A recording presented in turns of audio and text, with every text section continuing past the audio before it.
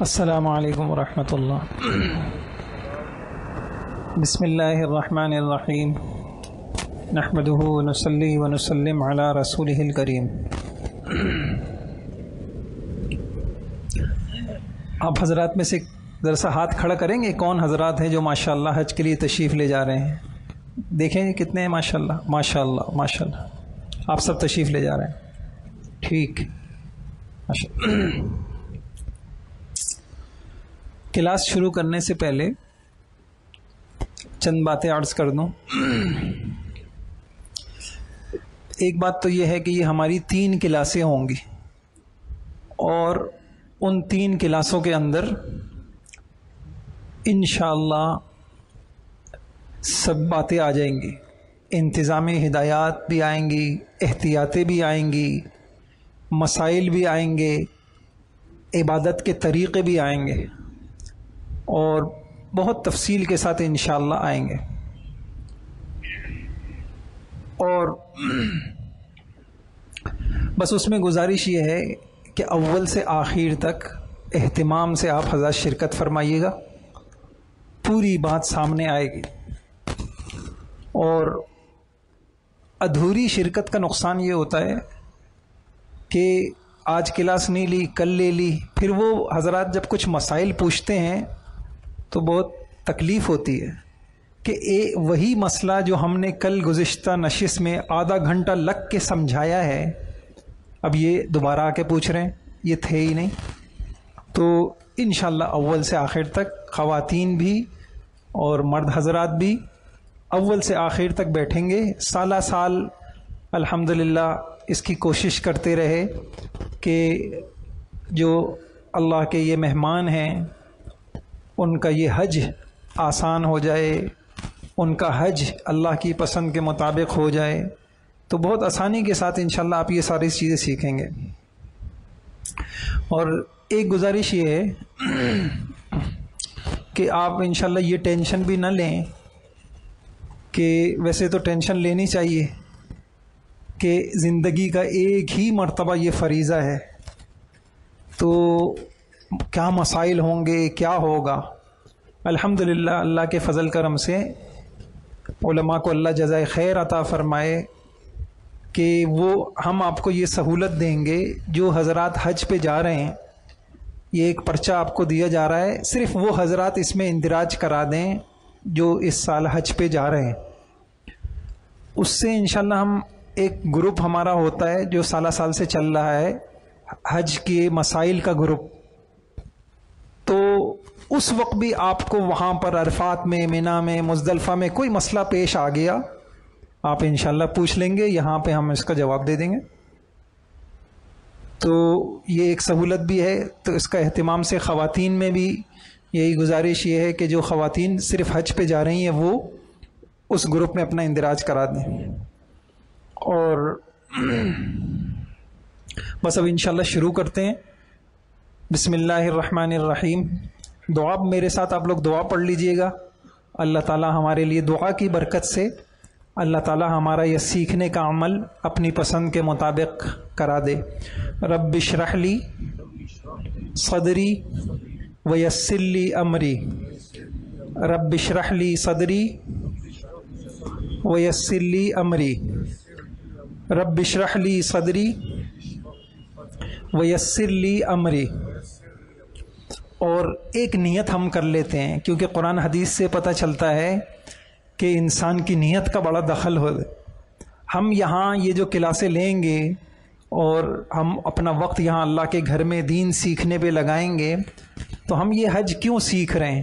تو ایک نیت آپ کے سامنے عرض کرتا ہوں انشاءاللہ۔ ہم یہ چاہتے ہیں، ذرا ادھر توجہ کیجیے، ہم یہ چاہتے ہیں کہ ہمارا یہ حج اللہ کے پسندیدہ طریقے کے مطابق ہو جائے، اور جو طریقہ اللہ کو پسند نہیں ہے ویسا نہ ہو۔ اب پسندیدہ طریقہ کیا ہے، وہی سیکھنے کے لیے ہم یہاں آئے، یہ نیت آپ کر لیں۔ اللہ کا پسندیدہ حج ہمیں کرنا ہے، اور وہ پتہ چلے گا ہمیں سیکھ کر، تو ہم اس کو راضی کرنے کے لیے، اس کو خوش کرنے کے لیے، اس کے پسندیدہ طریقے کے مطابق حج کرنے کے لیے ہم یہاں آئیں۔ یہ عمل اتنی بڑی عبادت ہے، اتنی بڑی عبادت بن جائے گا جب ہم یہ نیت کر لیں گے۔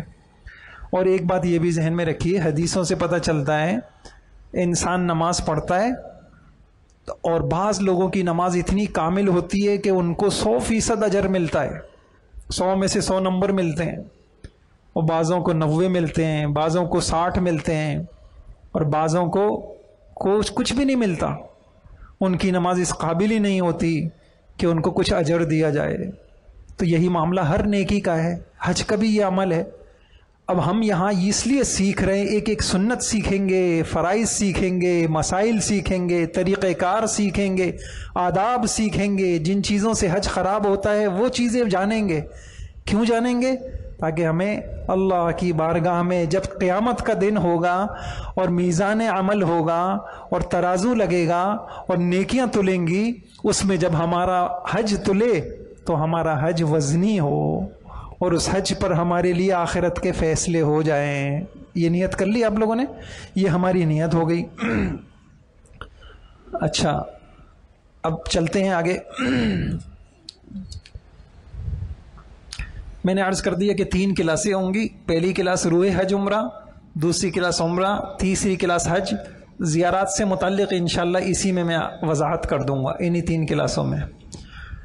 اب تھوڑا سا ان تربیتی کلاسوں کی اہمیت کو آپ سمجھ لیجئے۔ ایک بات آپ یہ دیکھیے کہ حج زندگی میں ایک ہی مرتبہ فرض ہے، ایک بات۔ دوسری بات یہ ہے کہ حج مشقت والا سفر ہے، گھر بار سے دور ہے انسان، اجنبی ملک ہے، انسان کے ساتھ صحت بیماری کے مسائل ہیں، اور اس میں انسان کو پتہ نہیں کتنا چلنا ہے، کیا ہے، مشقت والا سفر ہے۔ تو اور تیسری بات آپ یہ دیکھیے کہ ابراہیم علیہ السلام جو بانی کعبہ ہیں، وہ خود اللہ سے درخواست کر رہے ہیں، اے اللہ ارینا مناسکنا وتب علینا انک انت التواب الرحیم، اے اللہ تو ہمیں حج کے طریقے سکھا دے۔ کون؟ جو خود خانہ کعبہ بنا رہا ہے، جو اللہ کا نبی ہے، وہ یہ درخواست کر رہا ہے کہ اے اللہ ہمیں حج کے اعمال بتا دیجئے، طریقہ کار بتا دیجئے، ہمیں سکھا دیجئے۔ اب بتائیے تو ہمارے لیے کتنا ضروری ہو گیا۔ 3 باتیں میں نے عرض کی کہ حج ایک مرتبہ فرض ہے، خدا نخواستہ کسی کا پہلا حج خراب ہو گیا تو اس کے بعد کے جو حج ہوں گے وہ فرض تو نہیں ہوں گے، وہ کر بھی لے ساری زندگی کرے تو وہ نفل حج ہوں گے، لیکن جو فرض ہے وہ تو اس کا خراب ہو گیا۔ ادا ہو بھی جائے تو بھی، تو ہمیں اپنا یہ فرض حج جو یہ جس حج کی اللہ ہم سے پوچھ کریں گے، یہ ہمارا حج بالکل صحیح طریقے کے مطابق ہو جائے، اس لیے ہم انشاءاللہ یہ کلاسیں لے رہے ہیں۔ اور یہ مشقت والا سفر ہے تو پھر کیا ہوا؟ انشاءاللہ یہاں آپ کو ایسی انتظامی ہدایات، ایسی احتیاطی تدبیریں تجربے کاروں کی، بلکہ ہم تو ہر سال اس کی کوشش کرتے ہیں، جو وزارت حج کی جو وہ ہے ان کی جو ہدایات ہیں اس میں سے بھی کوئی ہدایت اس میں رہ نہ جائے۔ وزارت حج نے جو ہدایات دے رہے ہیں اور بتا رہے ہیں اور احتیاطیں بتا رہے ہیں، تو آپ کا حج اللہ کرے آسانی کے ساتھ ہو جائے۔ اور تیسری بات تو یہ تربیتی نشستوں کا اہتمام سے انشاءاللہ یہ عظیم فریضہ ہمارا کامل طریقے سے ادا ہوگا، مشقت والا سفر آسان ہوگا۔ اور فقہ کی کتابوں کے اندر لکھا ہوا ہے، آپ جتنی بھی کتابیں ہیں، کہ جب انسان احرام باندھتا ہے، عمرے کا ہو یا حج کا ہو، تو وہ اس کو یہ دعا سکھائی گئی ہے، اللہم انی ارید الحج والعمرۃ فیسرہما لی وتقبلہما منی، اے اللہ آسان کر دے اور قبول کر دے۔ تو آسانی سیکھنی چاہیے، انسان سیکھ لیتا ہے تو اس کے لیے آسانی ہو جاتی ہے۔ تو انشاءاللہ ہم یہ جو کلاسیں ہیں، ان کلاسوں سے آپ کے حج میں آسانی بھی ہوگی اور آپ کا حج مبرور اور حج مقبول بھی بنے گا، اللہ کی رضا والا بنے گا۔ لیکن کب بنے گا؟ جب ہم انشاءاللہ سیکھیں گے اور اس سیکھنے کے مطابق ہم عمل کریں گے۔ آپ کہتا ہوں، آپ چلاتے رہے۔ اب دیکھیے آج کی جو ہماری کلاس ہے، یہ پہلی کلاس، میں نے عرض کیا کہ 3 کلاسیں ہوں گی۔ پہلی کلاس روح ہے حج و عمرہ، آپ اس کو سمجھ لیجیے۔ ایک جسم ہے، ایک روح ہے، عمرے کا ایک جسم ہے، حج کا ایک جسم ہے، ایک شکل ہے، ایک اس کی روح ہے۔ یہ روح انشاءاللہ یہ کلاس بہت اہم ہے. طریقہ تو آپ کل سے سیکھیں گے لیکن یہ کلاس انتہائی اہم ہے, آپ کو انشاءاللہ اندازہ بھی ہو جائے گا. تو یہ جو روح ہے حج عمرہ کلاس ہے آج کی, اس کو بہت اہمیت کے ساتھ آپ لیے گا.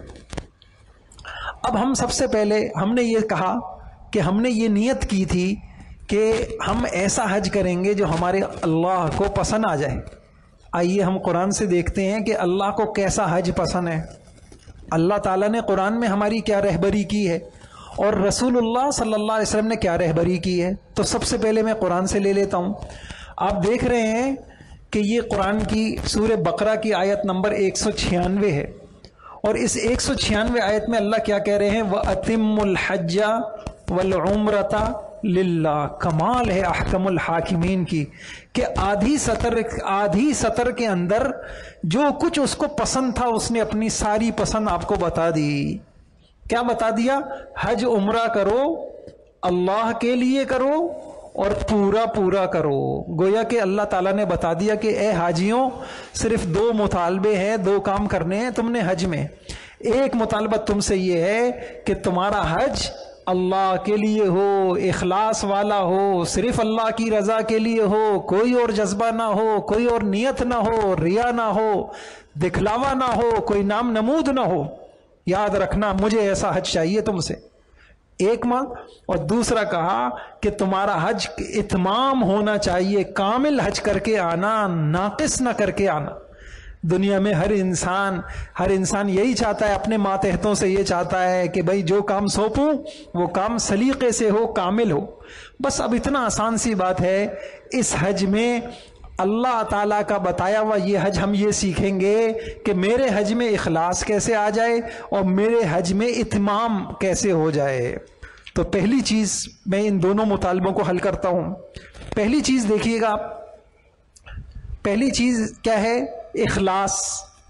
اب ہم دیکھتے ہیں کہ مفسرین نے اس کا کیا مطلب بیان کیا ہے کہ اللہ تعالیٰ کہہ رہے ہیں کہ تمہارا حج میرے لیے ہونا چاہیے. کیا مطلب ہے اس کا؟ تو بہت سارے مفسرین نے لکھا مطلب یہ ہے یہ حج اور عمرے کا جو تمہارا سفر ہو یہ کوئی میلہ ٹھیلا نہیں ہے کہ وہاں جمع ہو گئے, کوئی تفریحی سفر نہیں ہے. انسان سفر بہت سارے مقاصد کے لیے کرتا ہے, نام و نمود کے لیے بھی کرتا ہے. کہاں جا رہے ہیں؟ جی میں انگلینڈ جا رہا ہوں. کہاں جا رہے ہیں؟ میں امریکہ جا رہا ہوں, میں یورپ جا رہا ہوں. فخر کے لیے کرتا ہے, نام نمود کے لیے کرتا ہے. میری ٹریولنگ بہت زیادہ ہے, میرے سفر بہت زیادہ ہوتے ہیں, بہت کچھ. یاد رکھنا اس میں سے کوئی چیز نہیں ہونی چاہیے. انسان تفریح کے لیے سفر کرتا ہے, یہ تفریحی سفر نہیں ہے, یہ تجارتی سفر نہیں ہے, یہ صرف اور صرف اللہ کی رضا کے لیے یہ سفر ہے. یہ ہے اخلاص کا مطلب. تو یہ نیتیں تو نہ ہو, سیر سیاحت کی نیت نہیں ہے, نام نمود کی نہیں ہے, دکھلاوے کی نہیں ہے. یہ میرا 4تھا حج ہے یا 5واں حج ہے یا 8واں 10واں حج ہے, اللہ اکبر, ان میں سے کوئی نیت ہماری نہیں ہے. ہماری نیت صرف یہ کی ہے کہ میرے اللہ مجھ سے راضی ہو جائے. یہ نیت تو نہ ہو. اب کیا نیت ہو؟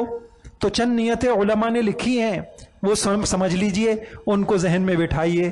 سب سے پہلے کہ میرے اللہ مجھ سے خوش ہو جائیں, میرے اللہ مجھ سے راضی ہو جائیں. زندگی بڑی غفلتوں میں گزر گئی, زندگی کی تلافی کرنا چاہتا ہوں, نہ معلوم پھر موقع ملے نہ ملے. اس کے گھر جا رہا ہوں, اس کو منانے کے لیے جا رہا ہوں, اس کو راضی کرنے کے لیے جا رہا ہوں. میں نے اس کو بہت ناراض کیا. میری جوانی, میری تنہائیاں, میری آنکھیں سبھی گناہوں سے ناپاک ہو گئیں, آلودہ ہو گئیں. اب میں ایک ہی زندگی کا مقصد ہے کہ میں جاؤں اور اس کو میں منا لوں, اس کو میں خوش کر لوں. ورضوان من اللہ اکبر. تو اپنی زندگی کی تلافی کرنا چاہتا ہوں. نصیب والوں کو موقع ملتا ہے. اس نے باوجود اتنے گناہوں کے مجھے بلا لیا ہے. بس ایک ہی تمنا ہے کہ ایسا راضی کر کے آؤں گا انشاءاللہ, ایسا منا کے آؤں گا اس کو, ایسا خوش کر کے آؤں گا کہ پھر بس اس سے تعلق جوڑ کے آؤں.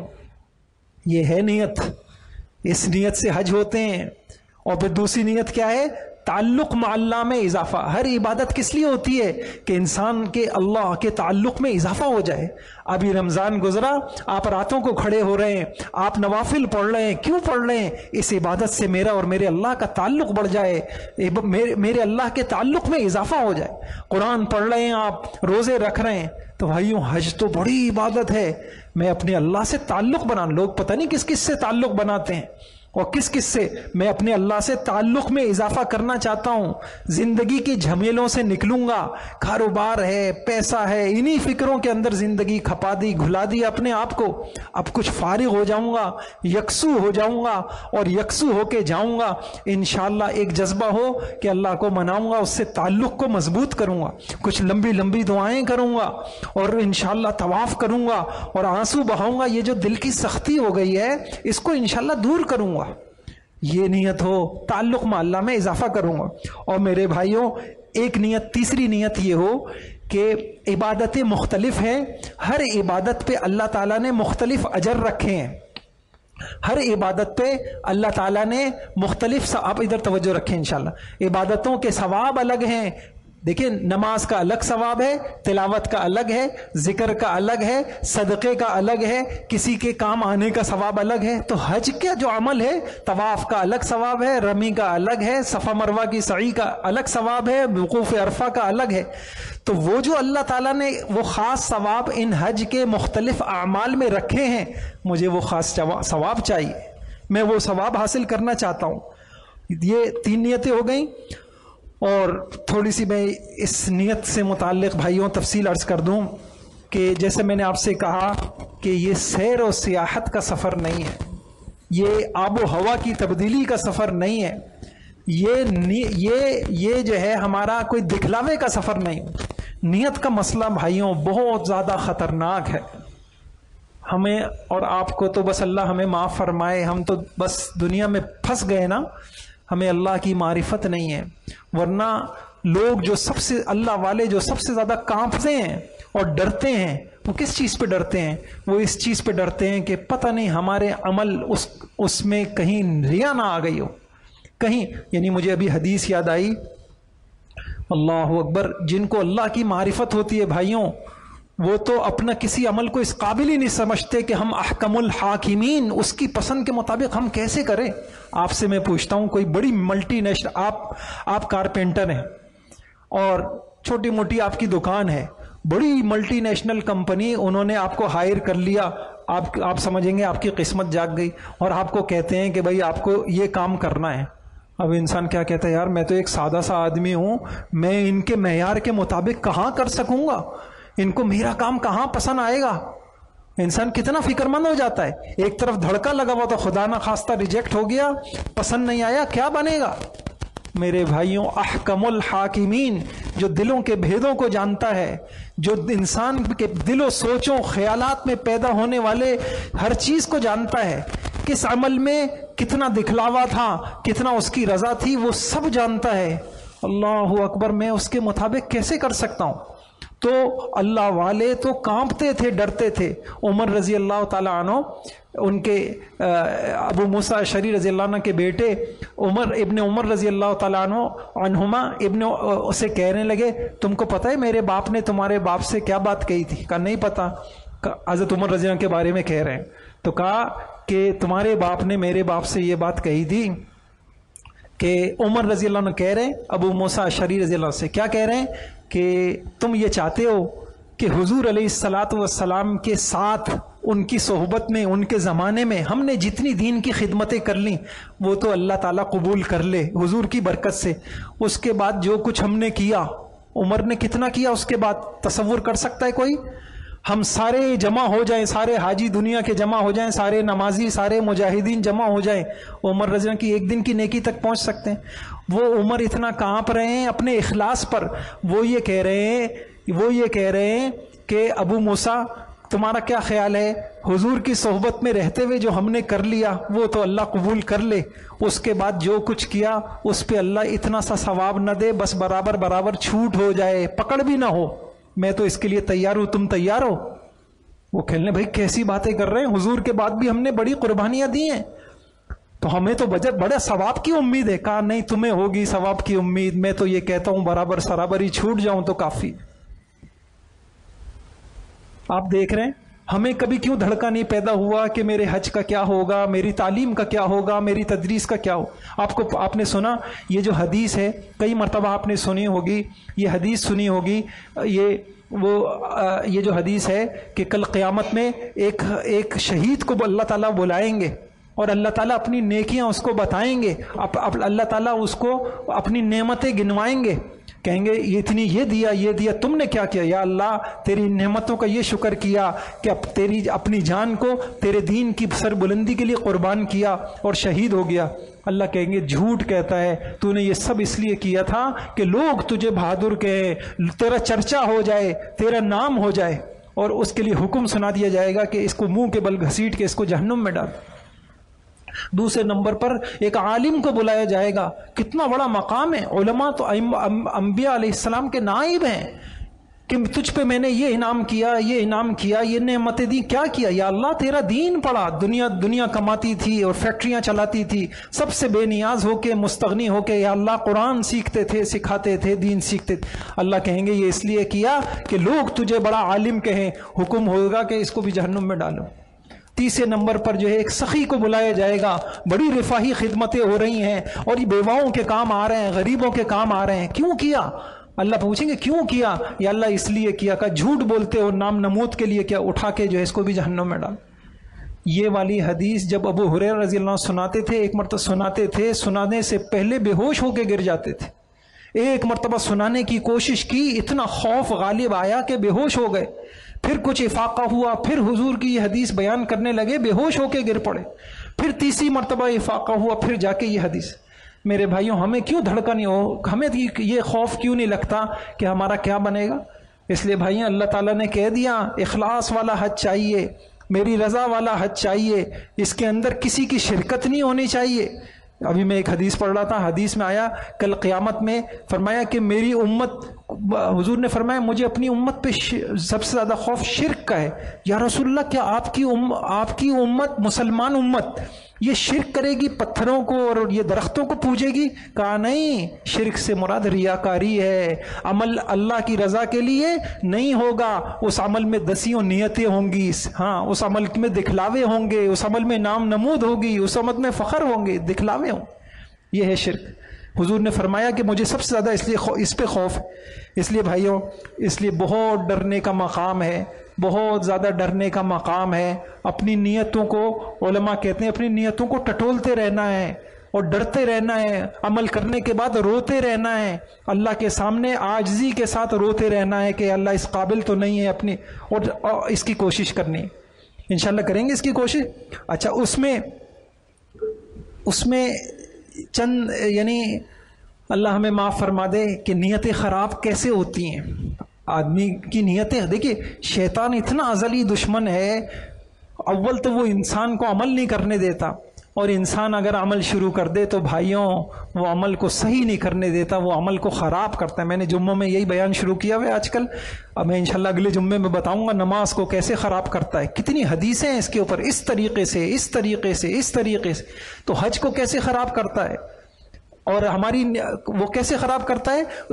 وہ یہ کرتا ہے کہ نیت خراب کر دیتا ہے، سامنے والا بڑی محنت کر رہا ہے، وہ یہ سمجھ رہے ہیں۔ کتابوں کے اندر قصہ لکھا ہوا ہے، پرانے زمانے کی بات ہے، ایک صاحب بڑے مالدار، وہ خوب حج پہ حج کیا کرتے تھے۔ ایک مرتبہ گھر میں کچھ مہمان آئے ہوئے ہیں، تو مہمان کے سامنے خادم سے یہ کہنے لگے بھائی ہمارا یہ مہمانوں کا ہاتھ دھلانے کے لیے ذرا وہ والا لوٹا لے کے آؤ، وہ جو ہم تیسرے حج سے لے کے آئے تھے، مہمانوں کا ہاتھ دھلانے کے لیے وہ لوٹا لے کے آؤ جو ہم تیسرے حج سے لے کے آئے تھے۔ کتابوں میں لکھا ہے ایک لفظ میں 3 حجوں کا ثواب برباد ہو گیا۔ معاملہ خطرناک۔ اور میں بھائی جب سے یہ موبائل آیا ہے معاملہ بہت نازک ہو گیا ہے، معاملہ بہت خطرناک ہو گیا ہے۔ تو میں نے عرض کیا کہ یہ ہو، اس چیز کا ڈر بھی ہو، خوف بھی ہو، یہ جذبہ بھی ہو، اور اس جذبے کے لیے کیا کرنا ہے؟ اس جذبے کے لیے دیکھیں یہ جو موبائل ہے نا بھائیوں، اور یہ جو موبائل کا ایک وہ پڑ گیا ہے، اب میں احرام باندھ کے گھر سے نکل رہا ہوں تصویر سیلفی، اور اب میں گاڑی میں بیٹھ رہا ہوں سیلفی، اب میں ایئرپورٹ پہ پہنچ چکا ہوں سیلفی، اب میں جو ہے میں طواف کر رہا ہوں سیلفی، اب میں یہ کر رہا ہوں۔ میرے بھائیوں بس پھر یہ سیلفیوں والا حج تو کہلا سکتا ہے، یہ حج نامہ اعمال والا نہیں ہوگا، یہ سارا حج موبائل کے اندر ہوگا، یہ نامہ اعمال میں نہیں ہوگا۔ تو جب تک ہم یہ نیت نہیں کریں گے کہ انشاءاللہ ہم یہاں یہ حج ہمارا ایسا ہوگا اس میں کوئی سیلفی نہیں ہوگی. کون نیت کرتا ہے جی انشاءاللہ؟ آپ یقین جانیں اللہ کے واسطے کتنا شیطان زور لگائے. کیا کون سی ایسی چیز ہے جو نیٹ پہ جس کی تصویر آپ کو نہیں مل جائے گی؟ خانہ کعبہ کی مل جائے گی، اندر کی مل جائے گی، مینا کی مل جائے گی، مزدلفہ کی مل جائے گی. اور میں آپ کو بتاؤں یہ بہت نازک مسئلہ ہے.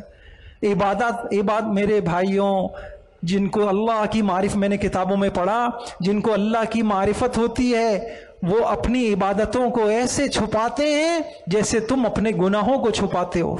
کوئی اپنی تنہائیوں کے گناہ کسی کو بتاتا ہے؟ چھپاتا ہے. فرمایا جیسے تم اپنے گناہوں کو چھپاتے ہو، اللہ والے اپنی عبادتوں کا ایسا اخفا کرتے ہیں. وہ تہجدیں پڑھتے ہیں اور صبح ایسا ظاہر کرتے ہیں کہ ہم تو رات بھر سوتے رہے. وہ روزے رکھتے ہیں اور وہ ایسا ظاہر کرتے ہیں. وہ چھپ چھپ کے صدقات کرتے ہیں، وہ عبادتیں کرتے ہیں. اللہ والے کبھی یہ ظاہر نہیں کرتے. اخفا، اور عبادتوں میں اخفا مطلوب ہے. یہ مطلوب ہے، یعنی ایسے نہیں. آپ نے قرآن کی آیت پڑھی ہوگی، ان تبدوا الصدقات فنعما ہی وان تخفوها وتؤتوا الفقراء فهو خیر لکم. حالانکہ صدقے میں ظاہراً دینے میں فائدہ ہے کہ لوگ دیکھیں گے تو وہ بھی دیں گے. فرمایا یہ بھی صحیح ہے، لیکن اگر تم چھپ کے کرو تو کیا ہی کہنے ہیں، کیا ہی کہنے. عبادات میں اپنی عبادتوں کو چھپانا، اس کو ظاہر نہ کرنا، کسی کو نہ بتانا، یہ مطلوب ہے، یہ مطلوب ہے. میں نے ایک حدیث پڑھی، حدیث میں ہے صدقۃ السر تدفع غضب الرب. صدقۃ السر تدفع غضب الرب. یہ جو چھپی ہوئی عبادتیں ہوتی ہیں ان کا وزن بہت ہوتا ہے. اتنا وزن ہوتا ہے، اتنا وزن. فرمایا کہ یہ جو چھپا ہوا صدقہ ہوتا ہے یہ اللہ کے غصے کو ٹھنڈا کر دیتا ہے، اللہ کے غصے کو بجھا دیتا ہے. تو ہمیں اپنی انشاءاللہ یہ طے کرنا ہے، اپنی عبادتوں کو چھپانا ہے اور اپنی عبادتوں کو ان سیلفیوں سے برباد نہیں کرنا ہے. ایک مضمون میں پڑھ رہا تھا، آپ کے سامنے پڑھ کے سناتا ہوں، بڑا اچھا لگا مجھے.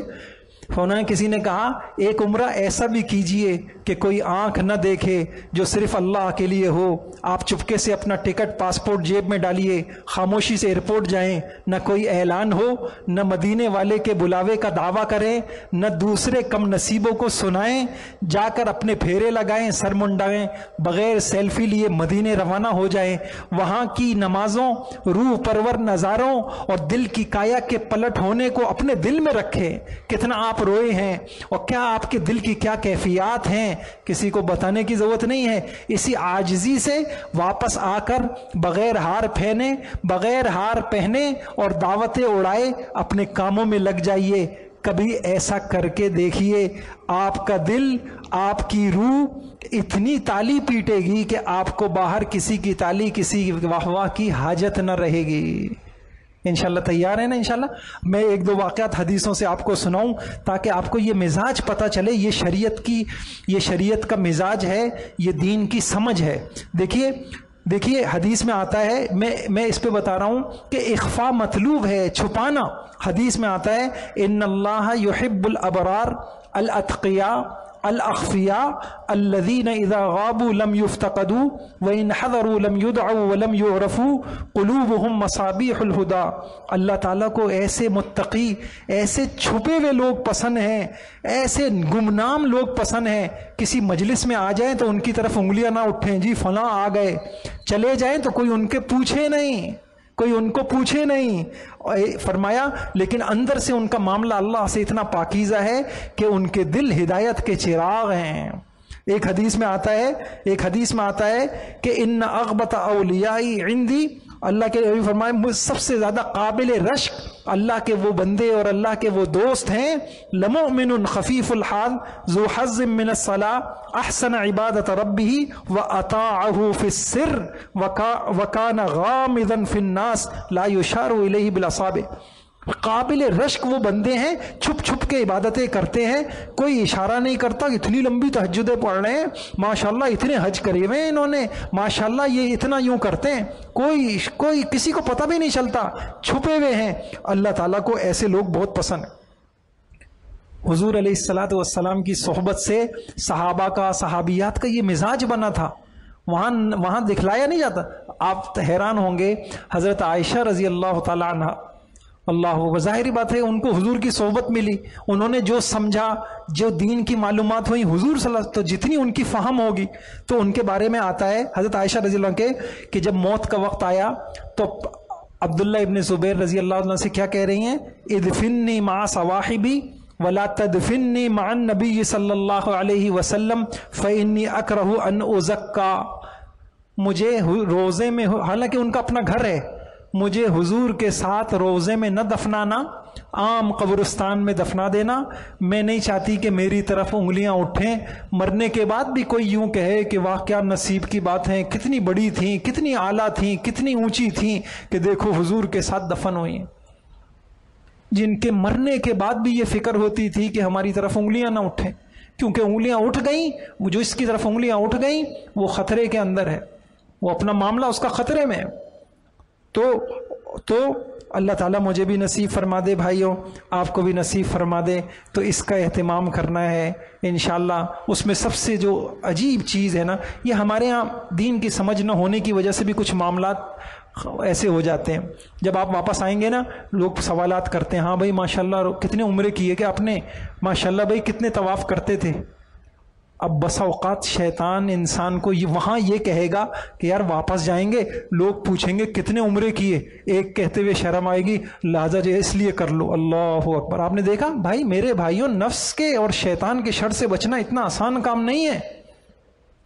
اب پتہ بھی نہیں چلا کہ یہ اتنی مشقتیں قربانیاں کس لیے کر رہا ہوں کہ آ کے میں لوگوں کو یہ بتاؤں گا کہ میں نے تو اتنے کیے، میں تو ماشاءاللہ روز ایک کر لیتا تھا، اللہ کے فضل سے میں تو روزانہ ایک کر لیتا تھا۔ اب اس ایک وہ ایک تو کر لیتا تھا، یہ نہیں پتا اندر اپنی نیتوں کو ٹٹولا نہیں کہ وہ ایک اس لیے کر لیتا تھا کہ زیادہ ہوں گے تو وہاں جو ہے جا کر بتاتے ہوئے شرم آئے گی۔ کتنے طواف کر لیتے تھے آپ؟ میں اتنے کر لیتا تھا، اتنے طواف کر لیتا تھا۔ تو اس کا انشاءاللہ یہاں طے کر کے جائیں۔ اس سوال، یہ لایانی سوال ہے، اس سوال کا کسی کو جواب نہیں دینا۔ اگر کوئی پوچھتا ہے آ کے بھائی کتنے کیے، کہا بھائی اتنے ہی کیے جتنے اللہ نے قبول کیے، باقی تو ہوئے ہی نہیں۔ جتنے اللہ نے قبول کیے اور کتنے قبول کیے وہ جانتا ہے۔ یہ لایانی سوال ہے کہ امام غزالی رحمۃ اللہ علیہ کا کہیں میں نے پڑھا کہ کسی کی عبادت کے متعلق سوال کرنا یہ تو بندے کا اور اس کے اللہ کا معاملہ ہے، یہ سوال فضول ہے، ایک جاہل آدمی کرتا ہے یہ سوال۔ کہا اگر کوئی یہ سوال کرے، کسی اللہ والے سے کسی نے سوال کیا عبادت کا، تو انہوں نے بڑا اچھا جواب دیا۔ انہوں نے اس کو یہ کہا کہ بھائی دیکھو، اگر میں عبادت کی زیادتی بتاؤں گا تو میرا نقصان ہو جائے گا، میرے اندر تکبر آ جائے گا، بڑائی آ جائے گی، اللہ ناراض ہو جائیں گے، اور اگر میں کم بتاؤں گا تو تمہارا نقصان ہو جائے گا کہ تم مجھے حقیر سمجھو گے، تو لہٰذا یہ سوال ہی فضول ہے، نہ میں زیادہ بتاؤں نہ کم بتاؤں، یہ سوال ہی فضول ہے۔ تو انشاءاللہ نیت کرتے ہیں اس کے، انشاءاللہ اللہ تعالیٰ مجھے بھی توفیق عطا فرمائے، آپ کو بھی توفیق عطا فرمائے۔ اس کے لیے ہر عمل سے پہلے نیتوں کو ٹٹولے، میں کیوں کر رہا ہوں، باعث کیا ہے میرے اس عمل کا۔ اللہ اکبر! ایک آدمی نے خوشبو بھی لگائی، خوشبو لگاتے ہوئے بھی اس کی نیت صحیح نہیں تھی، تو اللہ پاک اس کی اس نیت پہ اس کو پکڑیں گے۔ یہ اتنا خطرناک معاملہ ہے نیتوں کا۔ اللہ بڑے غنی ہیں، دنیا کے اندر آپ کوئی چیز لے کے آ جائے، بھئی یہ مٹھائی ہے، اس میں سے یہ 2/3 آپ کی ہے اور یہ تھوڑی سی اس کو بھی دے دینا، یہ دنیا میں چلتا ہے۔ اور اللہ تعالیٰ کہتے ہیں اگر انسان نے عمل کیا اس میں 2/3 نیت اللہ کے لیے تھی اور 1/3 نیت، 1/3 تو چھوڑی، 1 ذرہ نیت کسی اور کو خوش کرنے تھی، اللہ کہیں گے اسی کو دو جس کے لیے کی تھی، مجھے خالص لا کے دو۔ وما امروا الا ليعبدوا الله مخلصين له الدين، خالص عمل چاہیے۔ تو یہ انشاءاللہ یہ جو میں نے عرض کیا، یہ میں نے اپنے پاس سے نہیں عرض کیا، میں نے اس پہ وقت لگایا۔ میں نے کیوں لگایا؟ اس لیے کہ اللہ نے آپ سے کہا ہے کہ اے حاجیوں، مجھے کون سا حج چاہیے؟ مجھے ایسا حج چاہیے جس میں صرف اور تمہیں ایسا طواف چاہیے جس طواف میں اب آپ طواف بھی ہو رہا ہے اور سیلفیاں بن رہی ہیں۔ میں آپ کو کیا بتاؤں میرے بھائیوں، آپ نے ایک چیز دیکھی ہوگی، اب تو اگر کسی کے لیے دعا بھی ہو رہی ہے نا تو پھر تصویر بنا کے اس کو بھیجا جا رہا ہے، نعوذ باللہ، یعنی کیا ہے یہ؟ اللہ تو کہہ رہے میں غائب کے لیے دعا قبول کرتا ہوں، پھر تصویر بنا کر بھیج رہے ہیں، دیکھو میں نے تمہارے لیے یہ دعا کی تھی۔ نہیں بھائیوں، ہمیں دین کی سمجھ نہیں ہوئی، ہم نے شریعت کو نہیں پڑھا، ہم نے قرآن کو نہیں سمجھا۔ اگر ہم سمجھتے تو ہمارے پاس تو ہے ہی نہیں، جو ہمارے پاس اول تو کچھ ہے ہی نہیں عمل، جو تھوڑا بہت عمل ہو وہ بھی اگر اس ریاکاری میں نکل جائے تو پھر بچا کیا ہمارے پاس؟ تو انشاءاللہ ہم نے اس کا اہتمام کرنا ہے. اچھا، ایک نیت میں نے آپ سے یہ عرض کی تھی کہ ہمیں حج پر مختلف اعمال پر جو فضائل آئے ہیں ہم نے ان فضیلتوں کی نیت کرنی ہے. اب حج پہ کیا فضیلتیں آئی ہیں یہ اشارے لکھے ہوئے، یہ سب حدیثیں ہیں. حاجی پیدائشی بچے کی طرح حدیث میں آتا ہے، من حج للہ فلم یرفث ولم یفسق رجع کیوم ولدتہ امہ. حج کیا اللہ کے لیے کیا. دیکھیں شرط آ گئی، حضور نے بھی یہ کہا اللہ کے لیے کیا، اس کو خوش کرنے کے لیے کیا، اور اس حج کے اندر کوئی بیہودہ کام نہیں کیا، بیہودہ بات نہیں کی، فسق نہیں کیا، فجور نہیں کیا، گناہ نہیں کیے، نافرمانی نہیں کی. ایسا پاک صاف ہو کے آئے گا جیسے آج اس کی ماں نے اس کو جنا ہو، معصوم بچے کی طرح. حدیث میں آتا ہے کہ حج اور عمرے کیا کرو، اس سے فقر و فاقہ بھی ختم ہوتا ہے اور گناہوں کی آلودگی اور گندگی بھی ختم ہوتی ہے. حدیث میں آتا ہے یہ جو حاجی ہوتے ہیں یہ اللہ کے دربار کا اللہ کے دربار میں وفد ہے. اگر یہ دعائیں کرتے ہیں اللہ ان کی دعاؤں کو قبول کرتا ہے، یہ اللہ سے معافی مانگتے ہیں اللہ ان کو معاف کرتے ہیں. ایک حدیث میں آتا ہے الحج المبرور لیس لہ جزاء الا الجنہ. حج مبرور کسی کو نصیب ہو جائے اس کا بدلہ تو جنت ہے. ہر حاجی کو ہر قدم پر حرم کی 400-700 نیکیوں کا اجر ملتا ہے. اگر وہ خرچہ کرتا ہے، وہ اپنے پیسوں سے چائے پی رہا ہے، کھانا کھا رہا ہے، وہ حج کا خرچہ اللہ کو اتنا پسند آتا ہے کہ 700 اجر ملتا ہے. حاجی کو کل قیامت میں جس کا حج مقبول ہوگا اور حج مبرور ہوگا، اللہ تعالیٰ اس کو کل قیامت میں 400 آدمیوں کی شفاعت کا حق دیں گے. صرف اکیلے مت جاؤ، 400 لوگوں کی شفاعت کا بھی تم کو کوٹا دیا جاتا ہے، جس کی سفارش کرو گے جنت میں لے جاؤ گے. حاجی اللہ کے دربار کا بہترین سفارشی ہے. اسی لیے حدیث میں آتا ہے جب حاجی حج سے واپس آئے اس سے سلام کرو اور مصافحہ کرو اور اس سے کہو کہ ہمارے لیے مغفرت کی دعا کرو، اس سے دعائیں کراؤ. یہ حاجی جب حج کے لیے جاتا ہے اور وہاں تلبیہ پڑھتا ہے لبیک اللہم لبیک، تو حدیث کے اندر آتا ہے جو دائیں بائیں اس کے اللہ کی مخلوق ہے، پتھر ہے، لکڑ ہے، پہاڑ ہے، ٹیلے ہیں، وہ سب اس کی آواز میں ہم آواز ہو کے وہ تلبیہ پڑھتے ہیں. پھر جب حاجی طواف کرتا ہے، حدیث میں آتا ہے طواف کرنے والے پر اللہ تعالیٰ کی 60 رحمتیں نازل ہوتی ہیں. پھر حاجی حجر اسود کا استلام کرتا ہے تو یہ استلام اس کے گناہوں کو مٹاتا ہے. حاجی عرفات کے دن پہنچتا ہے تو عرفات کے دن جب حاجی کی اللہ مغفرت کرتے ہیں، ساری زندگی شیطان نے کوشش کی تھی کہ اس کو جہنم کا راستہ دکھاؤں، اس کو نافرمانی کا راستہ دکھا کے برباد کر دوں، اور ایک دن کے استغفار نے عرفے کے جب اس کی بخشش ہوتی ہے شیطان اپنے اوپر مٹی ڈالتا ہے، رسوا ہوتا ہے، پریشان ہوتا ہے شیطان. حدیث میں آتا ہے پھر جب حاجی رمی کرتا ہے اور کنکری مارتا ہے تو ایک ایک کنکری پر اللہ تعالیٰ اس کے ایسے بڑے بڑے گناہ، جو ایک گناہ اس کے جہنم میں جانے کے لیے کافی ہوتا ہے، اللہ تعالیٰ ایک کنکری پر ہی اس کے وہ گناہ معاف کر دیتے. اور پھر جب حاجی اپنے سر کو منڈواتا ہے تو حضور کی دعائیں ملتی ہیں کہ اے اللہ ہلاک کرنے والوں کی مغفرت کر دے. ایک بات ہماری مکمل ہو گئی کہ میں نے عرض کیا تھا اللہ تعالیٰ نے ہم سے کس طریقے سے کون سے حج کا مطالبہ کیا ہے. اللہ تعالیٰ نے ہم سے اخلاص والے، اپنی رضا والے اور ان نیتوں والے. اب اگلی بات دیکھ لیجئے. دوسری چیز میں نے عرض کی تھی کہ قرآن سے پتہ چلتا ہے اللہ کہتے ہیں اتمو، اپنا حج کامل کر کے آنا. ناقص حج نہیں چاہیے مجھے، کامل حج کرنا. اب ہم انشاءاللہ آگے چلیے. اس کامل حج میں حج کامل کیسے ہوتا ہے، یہ بڑی باتیں میں عرض کر رہا ہوں آپ سے. آپ سارا قرآن کھنگالیں گے، حضور کی حدیثیں کھنگالیں گے، ساری سیرت کو دیکھیں گے، انشاءاللہ خلاصہ یہ ملے گا. حضور کا حج کیسا تھا، اس میں کیا خاص باتیں تھیں، ان باتوں کو انشاءاللہ جمع کیا ہم نے. تو تقریباً یوں سمجھ لیجئے 14 باتیں ہیں حج عمرہ کرنے سے پہلے اور دوران حج عمرہ، یہ تو واپسی کی باتیں. یہ 14 باتیں آپ سمجھ لیں، یہ خلاصہ ہے کہ اس کے کرنے سے آپ کا حج جو ہے وہ کامل بنے گا. اچھا، یہ کامل مطالبہ کتنا خطرناک آپ کو پتہ ہے. جب قرآن کی یہ آیت نازل ہوئی وَاسْتَقِمْ كَمَا أُمِرْتَ وَاسْتَقِمْ كَمَا أُمِرْتَ، اے نبی ایسی استقامت آپ سے مطلوب ہے جیسا میں نے آپ کو حکم دیا ہے. حضور صلی اللہ علیہ وسلم کو اس آیت نے بوڑھا کر دیا. کیا طاقت تھی، کیا ایک نبی میں کیا طاقت ہوتی ہے؟ صحابہ نے کہا یا رسول اللہ سفید بال کچھ نظر آ گئے، آپ بوڑھے ہو گئے۔ کہا شیبتنی ہود، سورہ ہود کی ان آیتوں نے مجھے بوڑھا کر دیا۔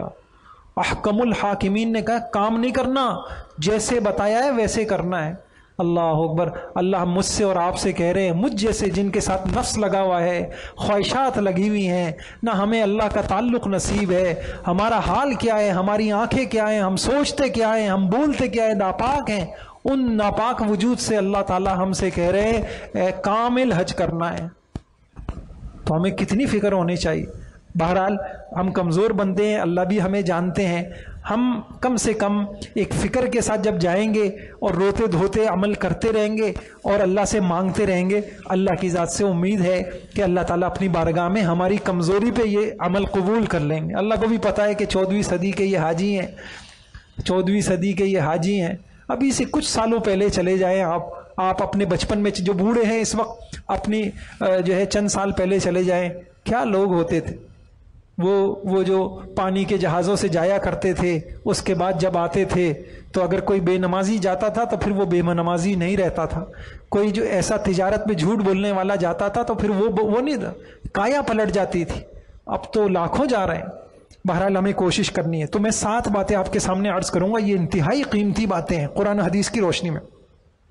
پہلا کام یہ ہے، اس سے آپ کا حج آسان بھی ہوگا، آپ کا حج قبول بھی ہوگا، آپ کا حج مبرور بھی ہوگا، اور انشاءاللہ اللہ کی بارگاہ میں وزنی بھی ہوگا۔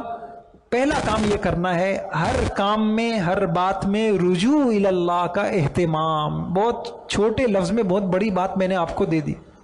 زندگیاں آپ چاہتے ہیں آپ کا حج آسان ہو جائے، آپ رجوع الی اللہ سیکھ لیں۔ ہر مشکل میں کس کے پاس جانا ہے؟ اللہ کے پاس جانا ہے۔ ہر مشکل کس سے کہنی ہے؟ اللہ سے کہنی ہے۔ ہر پریشانی کس کے آگے رکھنی ہے؟ اللہ کے آگے رکھنی ہے۔ اس کے لیے کیا کرنا ہے؟ اس کے لیے ہمیں قرآن حدیث سے یہ اعمال ملتے ہیں۔ نمبر 1 استخارہ۔ استخارہ حضور صلی اللہ علیہ وسلم نے استخارہ کا عمل امت کو سکھایا ہی اسی لیے تھا کہ امت کو انتخاب میں کوئی غلطی نہ ہو۔ آج جو ہمیں ناکامیاں کا سامنا کرنا پڑتا ہے وہ اس گروپ سے حج کرنا تھا، استخارے کیے بغیر کیا، بعد میں گروپ لیڈر نے اتنا ستایا کہ پھر تک پریشان ہو گئے۔ بھائی اس سے پہلے استخارہ کیوں نہیں کیا؟ آگے جب آپ حج پہ جائیں گے 10 مراحل ایسے آئیں گے، یہ کروں یا یہ کروں، یہ کروں یا یہ کروں۔ ایسے موقع پہ ہمیں کیا عمل دیا ہے حضور نے؟ استخارہ۔ اور آپ کو پتہ ہے بخاری شریف کی روایت ہے، حضور استخارے کی دعا صحابہ کو ایسے سکھاتے تھے اتنے اہتمام سے جیسے قرآن کی کوئی صورت سکھائی جاتی ہے۔ اور ہم مسلمانوں کو اگر وہ دعا نہ آئے، کتنی افسوس کی بات ہے۔ استخارے کی دعا ساتھ لے کے جائیں، اور ہر قدم پہ وہاں فیصلے کرنے سے پہلے بس آپ 2 رکعت پڑھیں، اس کے طریقے آپ پڑھ لیجئے۔ استخارہ کیا ہے؟ دعا کا نام ہے۔ آپ کے کام آسان ہوتے چلے جائیں گے۔ اس کے ساتھ کیا کریں؟ استعانت۔ آپ ابھی دیکھیں، آپ نے عشاء کی نماز پڑھی، کتنی مرتبہ آپ نے اللہ پاک سے کہا ایاک نعبد و ایاک نستعین، اے اللہ ہم آپ سے مدد مانگتے ہیں۔ اللہ اب کتنے ہوں گے، یا اللہ ہم حج پہ جا رہے ہیں، یا اللہ بوڑھے ہیں، یا اللہ گھٹنے کی تکلیف ہے، یا اللہ شوگر کا مرض ہے، یا اللہ بیماریاں ہیں، یا اللہ بچے پیچھے ہیں، کاروبار ہے، کتنے مسائل ہیں۔ ایاک نعبد و ایاک نستعین، اللہ کو بڑا پسند۔ اے اللہ کمزور ہیں، کمزوروں کے ساتھ تیری مدد ہے، مدد مانگتے رہیں۔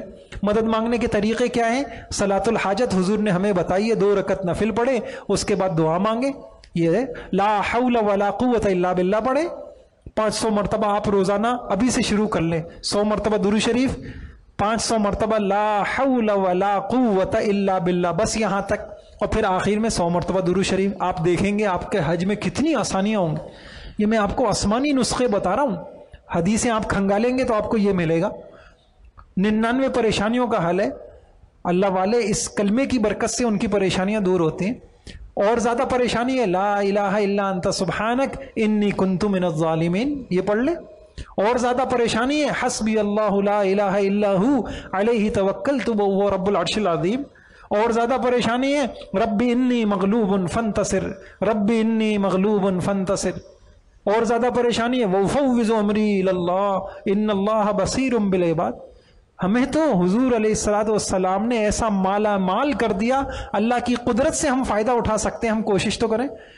تو حج ان کا آسان ہوگا جو ہر اللہ سے رجوع کریں گے، اور بجائے لوگوں سے شکوے کرنے کے انہوں نے تو کیا بس اپنا جو ہے وہ رجوع کریں گے، دعائیں مانگیں گے. دعا، اور سب سے بڑی چیز جو ہے وہ دعا ہے.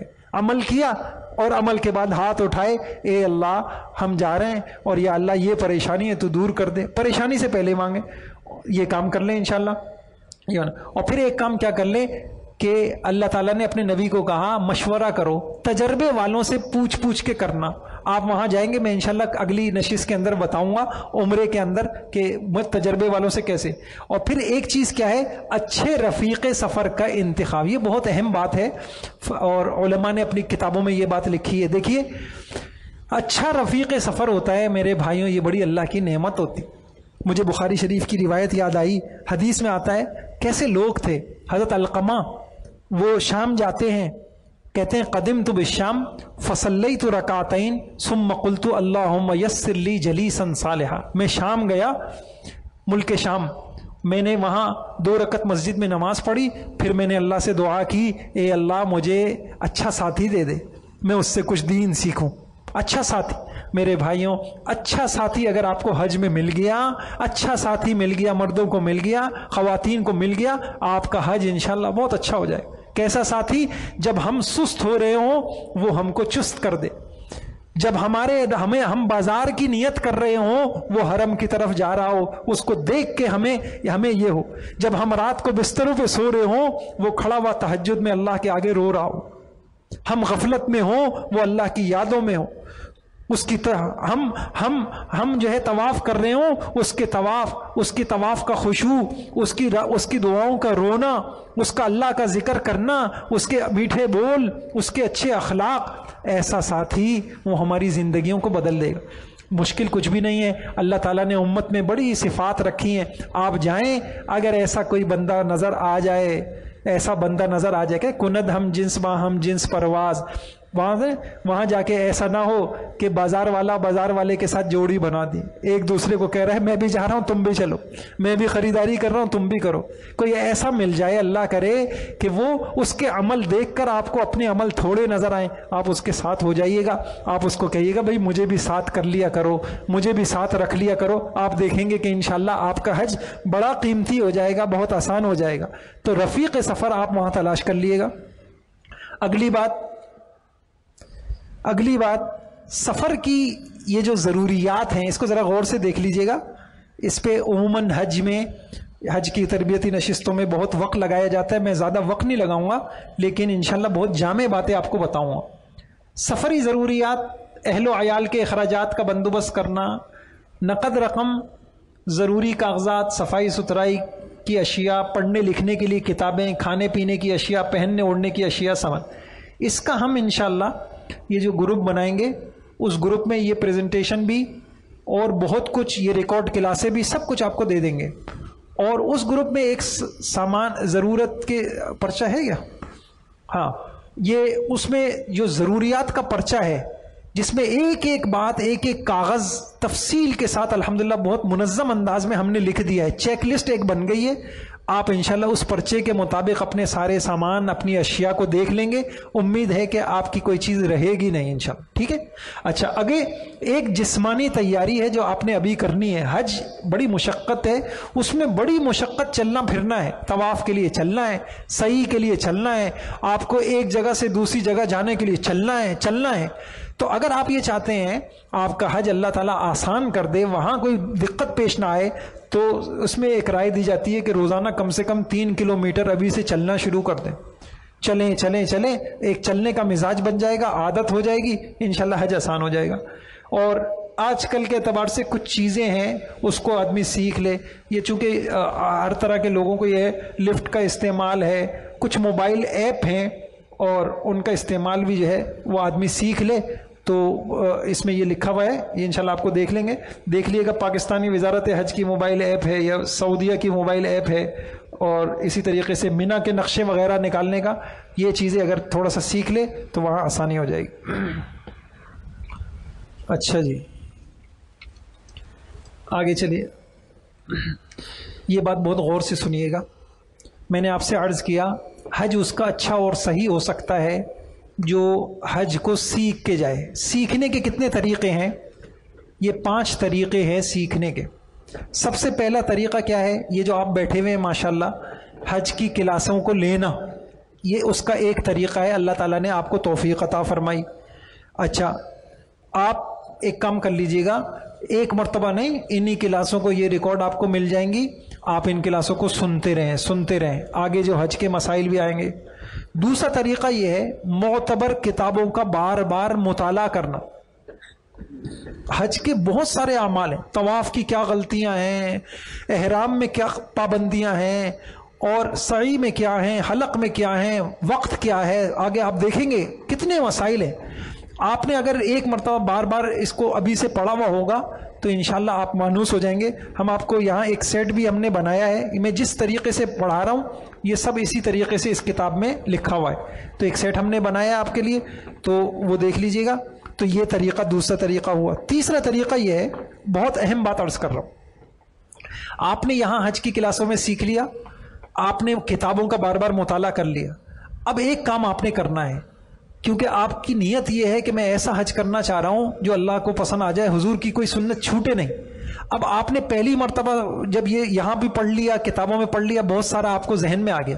اب جس دن آپ انشاءاللہ روانہ ہوں گے، بس جو عمل کرنا ہے اس عمل کرنے سے 5 منٹ آپ پہلے صرف اس عمل کو، سب حج کو نہیں، صرف اس عمل کو آپ دیکھ لیں گے. مثال کے طور پہ جس وقت احرام باندھنے جاننا ہے، آپ نے احرام سے پہلے، چونکہ پہلے سے کتاب پڑھی ہوئی ہوگی، صفحہ نمبر آپ کو پتا ہوگا، سب آپ نے دیکھا ہوا ہوگا، اور جو چیز نہیں سمجھ میں آئی تھی آپ نے علماء سے سمجھا ہوا ہوگا. اب ایک مرتبہ آپ نے جو ہے ریوائز کر لیا، اس کا دوبارہ دیکھ لیا، فوراً آپ کو ساری سنتیں یاد ہو جائیں گی اور آپ کا وہ عمل سنت کے مطابق ہو جائے گا. یہ 4 طریقے ہو گئے، 3 طریقے ہو گئے. چوتھا طریقہ، مستند مفتی حضرات کے فون نمبر آپ کے پاس ہوں، لیکن میں نے عرض کیا کہ انشاءاللہ اگلے جو میں نے لکھا، ہم ایک گروپ یہاں بنا دیں گے، اور جو حضرات حج پہ جا رہے ہیں، اور اللہ کی ذات سے امید ہے کہ یہاں اب سے لے کے واپس آنے تک حج کے جو مسئلے آپ کو پیش آئیں گے انشاءاللہ ہاتھ کے ہاتھ آپ کو جواب ملتے چلے جائیں گے. تو یہ انشاءاللہ یہ طریقے. اچھا، ایک بات عرض کروں، سیکھنے کی 2 چیزیں ہیں. ایک علماء نے بڑی اچھی بات کہی، ایک ہوتا ہے فضائل کا علم. کیا مطلب؟ وہ علم جس سے آپ کو عمل کی رغبت پیدا ہو. میری بات سمجھ میں آ رہی ہے؟ مثال کے طور پر طواف کی فضیلتیں کیا ہیں؟ اب جب آپ وہ فضیلتیں پڑھیں گے، 60 رحمتیں ملتی ہیں، اور یہ ملتا ہے، یہ ملتا ہے، تو آپ کے اندر ایک جوش پیدا ہوگا کہ میں کروں. ایک یہ علم ہوتا ہے. اور دوسرا علم ہوتا ہے مسائل کا علم. یہ دونوں علم ضروری ہیں. کیوں؟ فضائل کے علم سے رغبت پیدا ہوتی ہے، اور مسائل کے علم سے عمل کی شکل درست ہوتی ہے. اگر ایک آدمی کے پاس فضائل کا علم نہیں ہے تو شوق ہی نہیں ہے، تو کرے گا کیا؟ فضائل کا علم ہے، مسائل کا علم نہیں ہے، تو غلط کرے گا. تو مسائل کا علم بھی سیکھنا ہے اور فضائل کا علم بھی سیکھنا ہے، تاکہ رغبت ہو. انسان بے رغبتی کے ساتھ حج کر کے نہ آئے. آپ نے دیکھا ہوگا بعض اوقات، ابھی شب قدر کی راتیں گزری ہیں، بعض اوقات بعض لوگوں کو، بلکہ ہمارے یہاں ایک وہ ہے کہ جب کسی کو خاص ایک اللہ کی طرف خشوع مل جاتا ہے تو وہ کہتا ہے یار یہ والی رات 23ویں رات میرے کو لگ رہا تھا یہ شب قدر ہے. انسان کو مناجات میں لذت مل جاتی ہے، کچھ رونا آ جاتا ہے، کچھ دل میں نرمی پیدا ہو جاتی ہے، اتنی خاص لذت آتی ہے، وہ کہتا ہے یار یہ والی شب قدر. تو یہ چیز بھی ہمیں پیدا کرنی ہے. یہ نصیب والوں کو یہ چیزیں ملتی ہیں، اور اسی سے ہماری تربیت ہوتی ہے. اس پہ میں آپ کو ایک واقعہ سناتا ہوں، اور اس سے آپ کو اندازہ ہوگا اللہ والوں کے حج کیسے ہوتے تھے. اسی وجہ سے حج کے موضوع پہ نا بہت سے لوگوں نے، بہت سے پرانوں نے آپ بیتیاں لکھی ہوئی ہیں، سفر نامے لکھے ہوئے ہیں. کیا لوگ ہوتے تھے، کیسے جب وہ جاتے تھے روزے پہ ان کی کیا کیفیات ہوتی تھیں، کیا ان کے حالات ہوتے تھے، بے ہوش ہو کے گر پڑتے تھے. ایک اللہ والوں کا میں تھوڑا سا آپ کو سناتا ہوں. یہ شبلی رحمت اللہ علیہ کے پاس ان کے ایک مرید آئے حج کر کے، تو شیخ نے ان سے کچھ سوالات کیے، انہوں نے اس کے جوابات دیے. آپ یہ سنیے گا اور پھر اس سے اندازہ ہوگا کہ حج میں مطلوب کیا ہے. انہوں نے ان سے پوچھا، انہوں نے کہا میں حج کر کے آیا ہوں. شیخ نے پوچھا اچھا تم نے حج کا ارادہ اور عزم کیا تھا؟ تو اس نے کہا ظاہری بات ہے حج کا ارادہ کیا تھا. کہا جس وقت تم نے حج کا ارادہ کیا تھا تو اس وقت ہی تم نے اس وقت ہی تم نے سارے غلط ارادوں کو پس پش ڈال دیا تھا جو حج کی شان کے خلاف ہوں؟ کہا نہیں، ایسا تو نہیں ہوا تھا۔ کہا پھر تم نے حج کا ارادہ ہی نہیں کیا۔ پھر فرمایا کہ یہ بتاؤ کہ تم نے حج جب کیا تھا تو احرام باندھا تھا؟ کہا ظاہر نہیں، احرام کے وقت تم نے اپنے جو عام کپڑے تھے وہ بدن سے اتارے تھے؟ کہنے لگے اتارے تھے، ظاہری بات ہے۔ تو انہوں نے کہا جس وقت تم نے بدن سے کپڑے اتارے تھے اس وقت تم نے یہ نیت کر لی تھی، اب جو ہے ہر اللہ کے غیر، اللہ کے علاوہ جتنی چیزیں ہیں میں اپنے آپ سے، اپنے وجود سے ان سے علیحدہ ہوتا ہوں، اب میں ہوں گا اور میرا اللہ ہو۔ کہا اس طریقے کا تو کوئی نیت، کوئی ارادہ، کوئی عزم نہیں کیا۔ کہا پھر تم نے احرام بھی نہیں پہنا۔ کہا پھر یہ بتاؤ احرام سے پہلے غسل کرتے ہیں، طہارت حاصل کرتے ہیں، تم نے وہ کی تھی؟ کہا جی کی تھی۔ کہا جس وقت تم نے طہارت حاصل کی تھی کیا تمہارا باطن بھی گندگیوں سے پاک ہو گیا تھا؟ کہا ایسا تو کچھ خاص فرق نہیں ہوا۔ کہا پھر تم نے طہارت بھی حاصل نہیں کی۔ پھر انہوں نے پوچھا کہ یہ بتاؤ کہ تم نے مکہ کی زیارت کی تھی؟ کہا کی تھی۔ کہا تمہیں اس وقت کچھ اور زیارتیں بھی نصیب ہوئی تھی دوسرے عالم کی؟ کہا وہ تو نہیں ہوئی تھی۔ کہا مکہ کی زیارت بھی نہیں کی۔ انہوں نے کہا کہ یہ بتاؤ کہ تم نے طواف میں آگے ہم انشاءاللہ بتائیں گے، طواف میں رمل کیا تھا؟ اکڑ اکڑ کے تھوڑا چلتے ہیں، تیز چلتے ہیں، رمل کیا تھا، دوڑے تھے؟ کہا یہ تو میں نے کیا تھا۔ کہا جس وقت تم دوڑے تھے تم نے یہ نیت کر لی تھی اب دنیا کو پیٹھ دکھاؤں گا، اب ہمیشہ اللہ ہی کی طرف دوڑوں گا، اللہ کے غیر کی طرف دوڑ نہیں لگاؤں گا۔ کہا ایسی تو کوئی نیت نہیں کی تھی۔ کہا جاؤ پھر تم نے رمل بھی نہیں کیا۔ پھر فرمایا یہ بتاؤ تم نے حجر اسود کا بوسہ دیا تھا؟ انہوں نے عرض کیا جی دیا تھا۔ حضرت نے ایک آنکھ کھینچی، یہ تو اللہ والوں کے دل اللہ کی یاد میں تڑپ رہے ہوتے ہیں، بے چین ہوتے ہیں، ایک آنکھ کھینچی، کہا تیرا ناز ہو، خبر بھی ہے کہ حجر اسود پہ جو ہاتھ رکھتا ہے وہ اللہ سے مصافحہ کرتا ہے، اور جس سے اللہ مصافحہ کرے وہ ہر طرح سے امن میں آ جاتا ہے۔ تجھے کوئی کیفیت نصیب ہوئی؟ کہا نہیں ہوئی۔ کہا تم نے یہ بھی نہیں کیا۔ پھر انہوں نے پوچھا یہ بتاؤ صفا مروہ کے درمیان دوڑے تھے؟ کہا دوڑا تھا۔ کیا اس وقت تم نے یہ نیت کر لی تھی اب ہمیشہ اللہ ہی کی طرف دوڑ لگاؤں گا، دنیا کی ساری دوڑوں سے پیٹھ پھیر لوں گا؟ کہا ایسی تو کوئی نیت نہیں کی۔ کہا پھر تم صفا کی طرف، صفا میں بھی دوڑے نہیں ہوں؟ پھر فرمایا یہ بتاؤ مسجد خیف میں گئے تھے؟ خیف بمانے خوف، تو کہنے لگے منا میں ہے۔ ہاں گیا تھا۔ انہوں نے کہا یہ بتاؤ اس وقت اللہ کے خوف کا اس قدر غلبہ ہو گیا تھا کہ ساری دنیا میں کسی کا خوف اس قدر غالب نہ ہو؟ کہا یہ تو نہیں ہوا۔ کہا پھر تم وہاں بھی نہیں گئے۔ عرفات کے معنی ہوتے ہیں معرفت، پہچاننا۔ کہا تم عرفات میں پہنچے تھے؟ کہا جی پہنچا تھا۔ کہا تم نے وہاں، کہا کہ تم نے وہاں اس چیز کو پہچان لیا تھا؟ تم نے دنیا میں کیوں آئے ہو، کیا کر رہے ہو، کہاں جانا ہے، کیا کرنا ہے، اس کی معرفت بھی ہو گئی تھی۔ کہا عرفات میں ایسا تو کچھ نہیں ہوا۔ کہا تم عرفات بھی نہیں گئے۔ کہا پھر تم مزدلفہ گئے تھے؟ قرآن میں آتا ہے فذکر اللہ عند المشعر الحرام، مزدلفہ میں اللہ کا ذکر کرو، تو کہنے لگے گئے تھے۔ کہا پھر مزدلفہ میں جا کر تم نے اس طریقے سے اللہ کا ذکر کیا تھا کہ ماں سوا کو دل سے نکال دیا ہو؟ کہا ایسا تو کچھ نہیں ہوا۔ کہا پھر تم مزدلفہ بھی نہیں گئے۔ کہا پھر تم نے یہ بتاؤ کہ آخر میں انہوں نے کہا کہ یہ بتاؤ کہ تم نے الوداعی طواف کیا تھا؟ جی کیا تھا۔ کہ تم نے اس وقت نیت کر لی تھی کہ اب اللہ کے علاوہ جو کچھ ہے سب کو الوداع کہتا ہوں، سارے گناہوں کو؟ کہا ایسا تو کچھ نہیں ہوا تھا۔ کہا تم نے یہ بھی نہیں کیا۔ پھر فرمایا جاؤ دوبارہ حج کر کے آؤ، تم نے حج نہیں کیا۔ یہ تو اللہ والوں کا حج ہے۔ یہ چیز بھی ہمارے سامنے تو رہے کہ طواف کیسے کرنا تھا، کس شوق کے ساتھ کرنا ہے، رمی کیسے کرنی ہے، کیا کیا تبدیلیاں اپنے اندر لے کے آنی ہے، کن اپنے جذبوں میں، مقاصد میں، اپنی زندگی میں، پرانی زندگی میں کیا کیا مجھے تبدیلی لے کے آنی ہے۔ میرے بھائیوں یہ بھی سامنے ہو تو یہ بھی انشاءاللہ ہم کو سیکھنا ہے۔ اس کے لیے حضرت شیخ نے فضائل حج جو کتاب ہے ساری دنیا کی مسجدوں میں پڑھی جاتی ہے، وہ اس کے اندر اس طرح کے بڑے عجیب واقعات ہیں جو انسان کے جذبہ بناتے ہیں۔ اگر وہ آپ کے پاس ہو تو اس سے بھی بڑا انشاءاللہ جذبہ بنتا ہے۔ 5 باتیں میں نے عرض کر دی۔ چھٹی بات توبہ۔ توبہ کس کو کہتے ہیں؟ یہ حج سے پہلے کرنے کا کام ہے۔ توبہ میں 4 چیزیں ہوتی ہیں۔ جن گناہ میں انسان مبتلا ہے انہیں فوراً چھوڑ دے۔ بد نظری میں مبتلا ہے چھوڑ دے، اگر کسی حرام کمائی میں مبتلا ہے چھوڑ دے، کسی کا حق دبا، تو پہلا کام یہ ہے کہ چھوڑ دے۔ یہ چھوڑنا ضروری ہے۔ انسان استغفار کی تسبیح پڑھ رہا ہے لیکن گناہ نہیں چھوڑ رہا، مجھے یاد آیا کہ وہ کسی عالم سے کسی نے مسئلہ پوچھا کہ حضرت یہ کنویں کے اندر چوہا گر جائے تو کتنے ڈول نکالنے ہوتے ہیں؟ انہوں نے کہہ دیا اتنے ڈول نکالنے ہوتے ہیں. اب انہوں نے کیا کیا، اس نے جو ہے اتنے ڈول نکال دیے، اور پھر آ کے ان عالم نے پوچھا ہاں بھائی تو اتنے ڈول نکال دیے؟ کہا جی نکال دیے. کہا چوہا بھی نکالا؟ نہیں نکالا. کہا نہیں چوہا تو نہیں نکالا. انہوں نے کہا اللہ کے بندے چوہا نکال کے پھر یہ ڈول نکالنے. ہماری توبہ کا بھی حال یہ ہے کہ سارے اندر کے چوہے ہمارے ساتھ ہوں اور ہم حج بھی کر کے آ جائیں اور ہم استغفار بھی پڑھ کے آ جائیں. اندر کے جتنے چوہے ہیں، اندر کے جتنے گناہ ہیں، ان کو اپنے نکال دیں، پھر انشاءاللہ اس کے بعد ایک طواف بھی زندگی بدل دے گا. اس کے بعد سعی اور وقوف عرفہ اور دعا اور مناجات، یہ ساری چیزیں زندگی بدل دیں گے.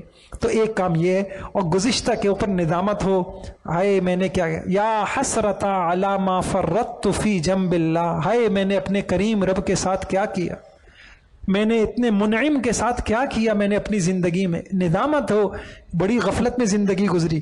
اور پھر اس کے بعد تیسرا کام یہ کرنا ہوتا ہے توبہ کے لیے، ہو اللہ کے حق میں اور بندوں کے حق میں جو کوتاہی ہوئی ہے اس کوتاہی کی تلافی بھی کرے. ماشاءاللہ بعض لوگوں کو اللہ دیتے ہیں.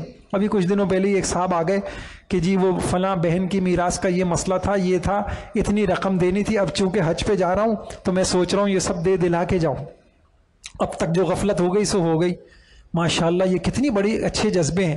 حق دبائے ہوئے ہیں، کسی کی میراث ہے، کسی کا فلاں ہے، انسان طے کرا کے جائے اور یہ ساری چیزیں طے کر کے جائے، پھر اللہ ملتے ہیں. یہ انشاءاللہ اس کا اہتمام کرنا ہے. یہ توبہ ہے. اس توبہ کے ساتھ جائیں گے، پاک صاف ہو کے جائیں گے، پھر انشاءاللہ ایک خاص قسم کا نور ہدایت اللہ تعالیٰ دیں گے. ساتواں کام یہ ہے، عبادت کا مزاج بنا کر جائیں. عام طور پہ ذہن یہ ہوتا ہے عبادت کریں گے، ابھی تو یہ سارے کام نمٹنے ہیں، یہ کرنا ہے، یہ کرنا ہے، یہ کرنا ہے. آخری فلائٹ تک اپنے سارے دھندوں کو نمٹا رہے ہوتے ہیں اور 4 گھنٹے کے بعد حرم میں موجود ہوتے ہیں. 4 گھنٹے کے بعد حرم میں موجود ہوتے ہیں. اب اس فکروں کے ساتھ، اس دنیا کے ساتھ جب ہم وہاں جائیں گے، رات کو اٹھنے کا مزاج نہیں، اور لمبی نفلیں پڑھنے کا، لمبی دعائیں مانگنے کا مزاج نہیں. ایک دم سے مزاج نہیں بنتا. ادھر مزاج بنتے بنتے حج پورا ہو جاتا ہے. تو پہلے ہی سے انسان فجر کی نماز کا بھی اہتمام ہو رہا ہے مسجد میں، اور نوافل کا بھی اہتمام ہو رہا ہے. اللہ توفیق دے دے تہجد میں اٹھنے کا اہتمام ہو رہا ہے. اشراق پڑھ رہے ہیں، چاشت پڑھ رہے ہیں، قرآن کی تلاوت کر رہے ہیں، اور لمبی لمبی دعائیں کر رہے ہیں، ذکر کر رہے ہیں. اس طریقے سے کرتے ہوئے ہم جائیں گے. پہلے سے مزاج بنا ہوا ہوگا، وہاں وقت ضائع نہیں ہوگا، اور دل لگے گا، اور عبادتوں میں اضافہ ہو جائے گا. تو ایک کام علماء یہ کہتے ہیں کہ عبادت کا مزاج بنا کر جائیں. آگے دیکھ لیجئے. بس یہ 7 کام میں نے آپ سے عرض کر دیے کہ یہ 7 چیزیں انشاءاللہ ہم اس کا اہتمام کریں گے تو اللہ کی ذات سے امید ہے اتمام، یہ جو میں نے کہا یہ ہو جائے گا. اچھا اس پہ غور کریے گا. یہ تو میں نے حج سے پہلے کی 7 چیزیں بتا دی آپ کو. حج کے دوران ہم نے کن چیزوں کا اہتمام کرنا ہے؟ بہت غور سے یہ بات سنیے گا. حضور علیہ الصلوۃ والسلام کے حج میں علماء نے غور کیا. حضور کے حج میں وہ خاص باتیں کیا تھی؟ طواف، سعی تو یہ تو اعمال ہیں ہی ہے نا، لیکن وہ خاص چیزیں حضور کے حج میں کیا تھیں؟ تو 7 چیزیں حضور کے حج میں تھیں. جس خوش نصیب کو وہ چیزیں مل جائیں گی، جس کا حج حضور کے حج سے میل کھائے گا، جتنا زیادہ مشابہ ہوگا اتنا ہی وزنی ہوگا. یہ 7 چیزیں آپ غور سے سنیے گا. اور ایک ایک چیز ایسی ہے جس کے پیچھے بہت سارا قرآن حدیث ہے، تو میں تو صرف چیزیں ہی گنوا دوں گا.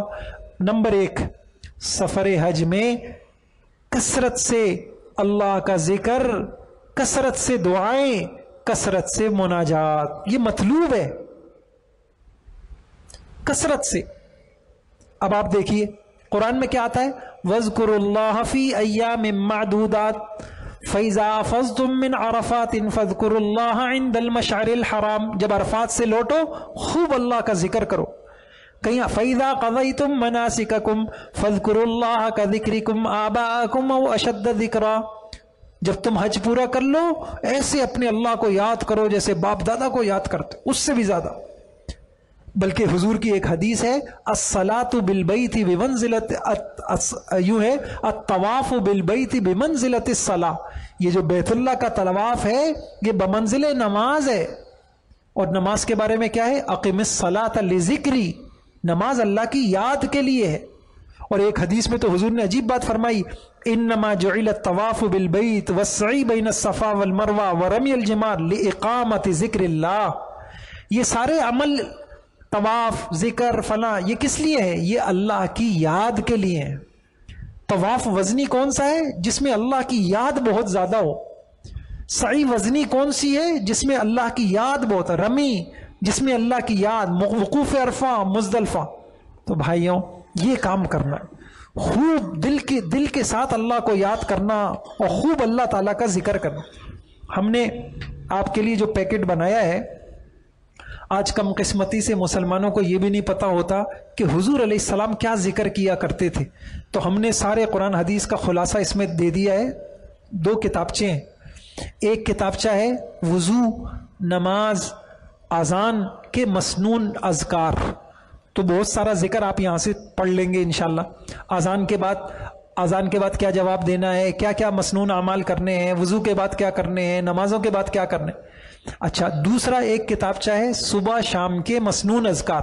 یہ بہت ضروری ہیں. صبح شام کے مسنون اذکار، حضور علیہ السلام جو ہے صبح سب سے پہلے کیا ذکر کیا کرتے تھے، وہ کون سی دعائیں تھیں جو حضور پڑھا کرتے تھے، اور غروب کے بعد حضور کون سی دعائیں پڑھا، یہ ہو گئے. اور باقی کچھ میں زبانی آپ کو بتا دیتا ہوں. سبحان اللہ و بحمدہ سبحان اللہ العظیم، یہ بہت وزنی کلمے ہیں. حدیث میں آتا ہے کہ 100 مرتبہ جو یہ پڑھ لے گا، سمندر کے جھاگ کے برابر بھی گناہ ہوں گے، اللہ اس کے گناہوں کو معاف کر دے. بخاری شریف کی روایتیں. اور یعنی میں صرف وہ چن کے آپ کو بتا رہا ہوں، یہ تو چھوڑنا نہیں ہے، باقی آپ اس کو نوٹ کرتے رہے. نمبر 2، چوتھا کلمہ جس کو ہم کہتے ہیں لا الہ الا اللہ وحدہ لا شریک لہ لہ الملک و لہ الحمد وہو علی کل شیء قدیر. 100 مرتبہ صبح، 100 مرتبہ شام. یہ اتنا بڑا ذکر ہے، بلکہ آپ عرفات کی دعاؤں میں حدیث میں حضور نے کہا سارے نبی عرفات میں یہ پڑھتے تھے. یہ نبیوں کی دعا ہے. اس کلمے کی اتنی بڑی برکتیں لکھی ہیں.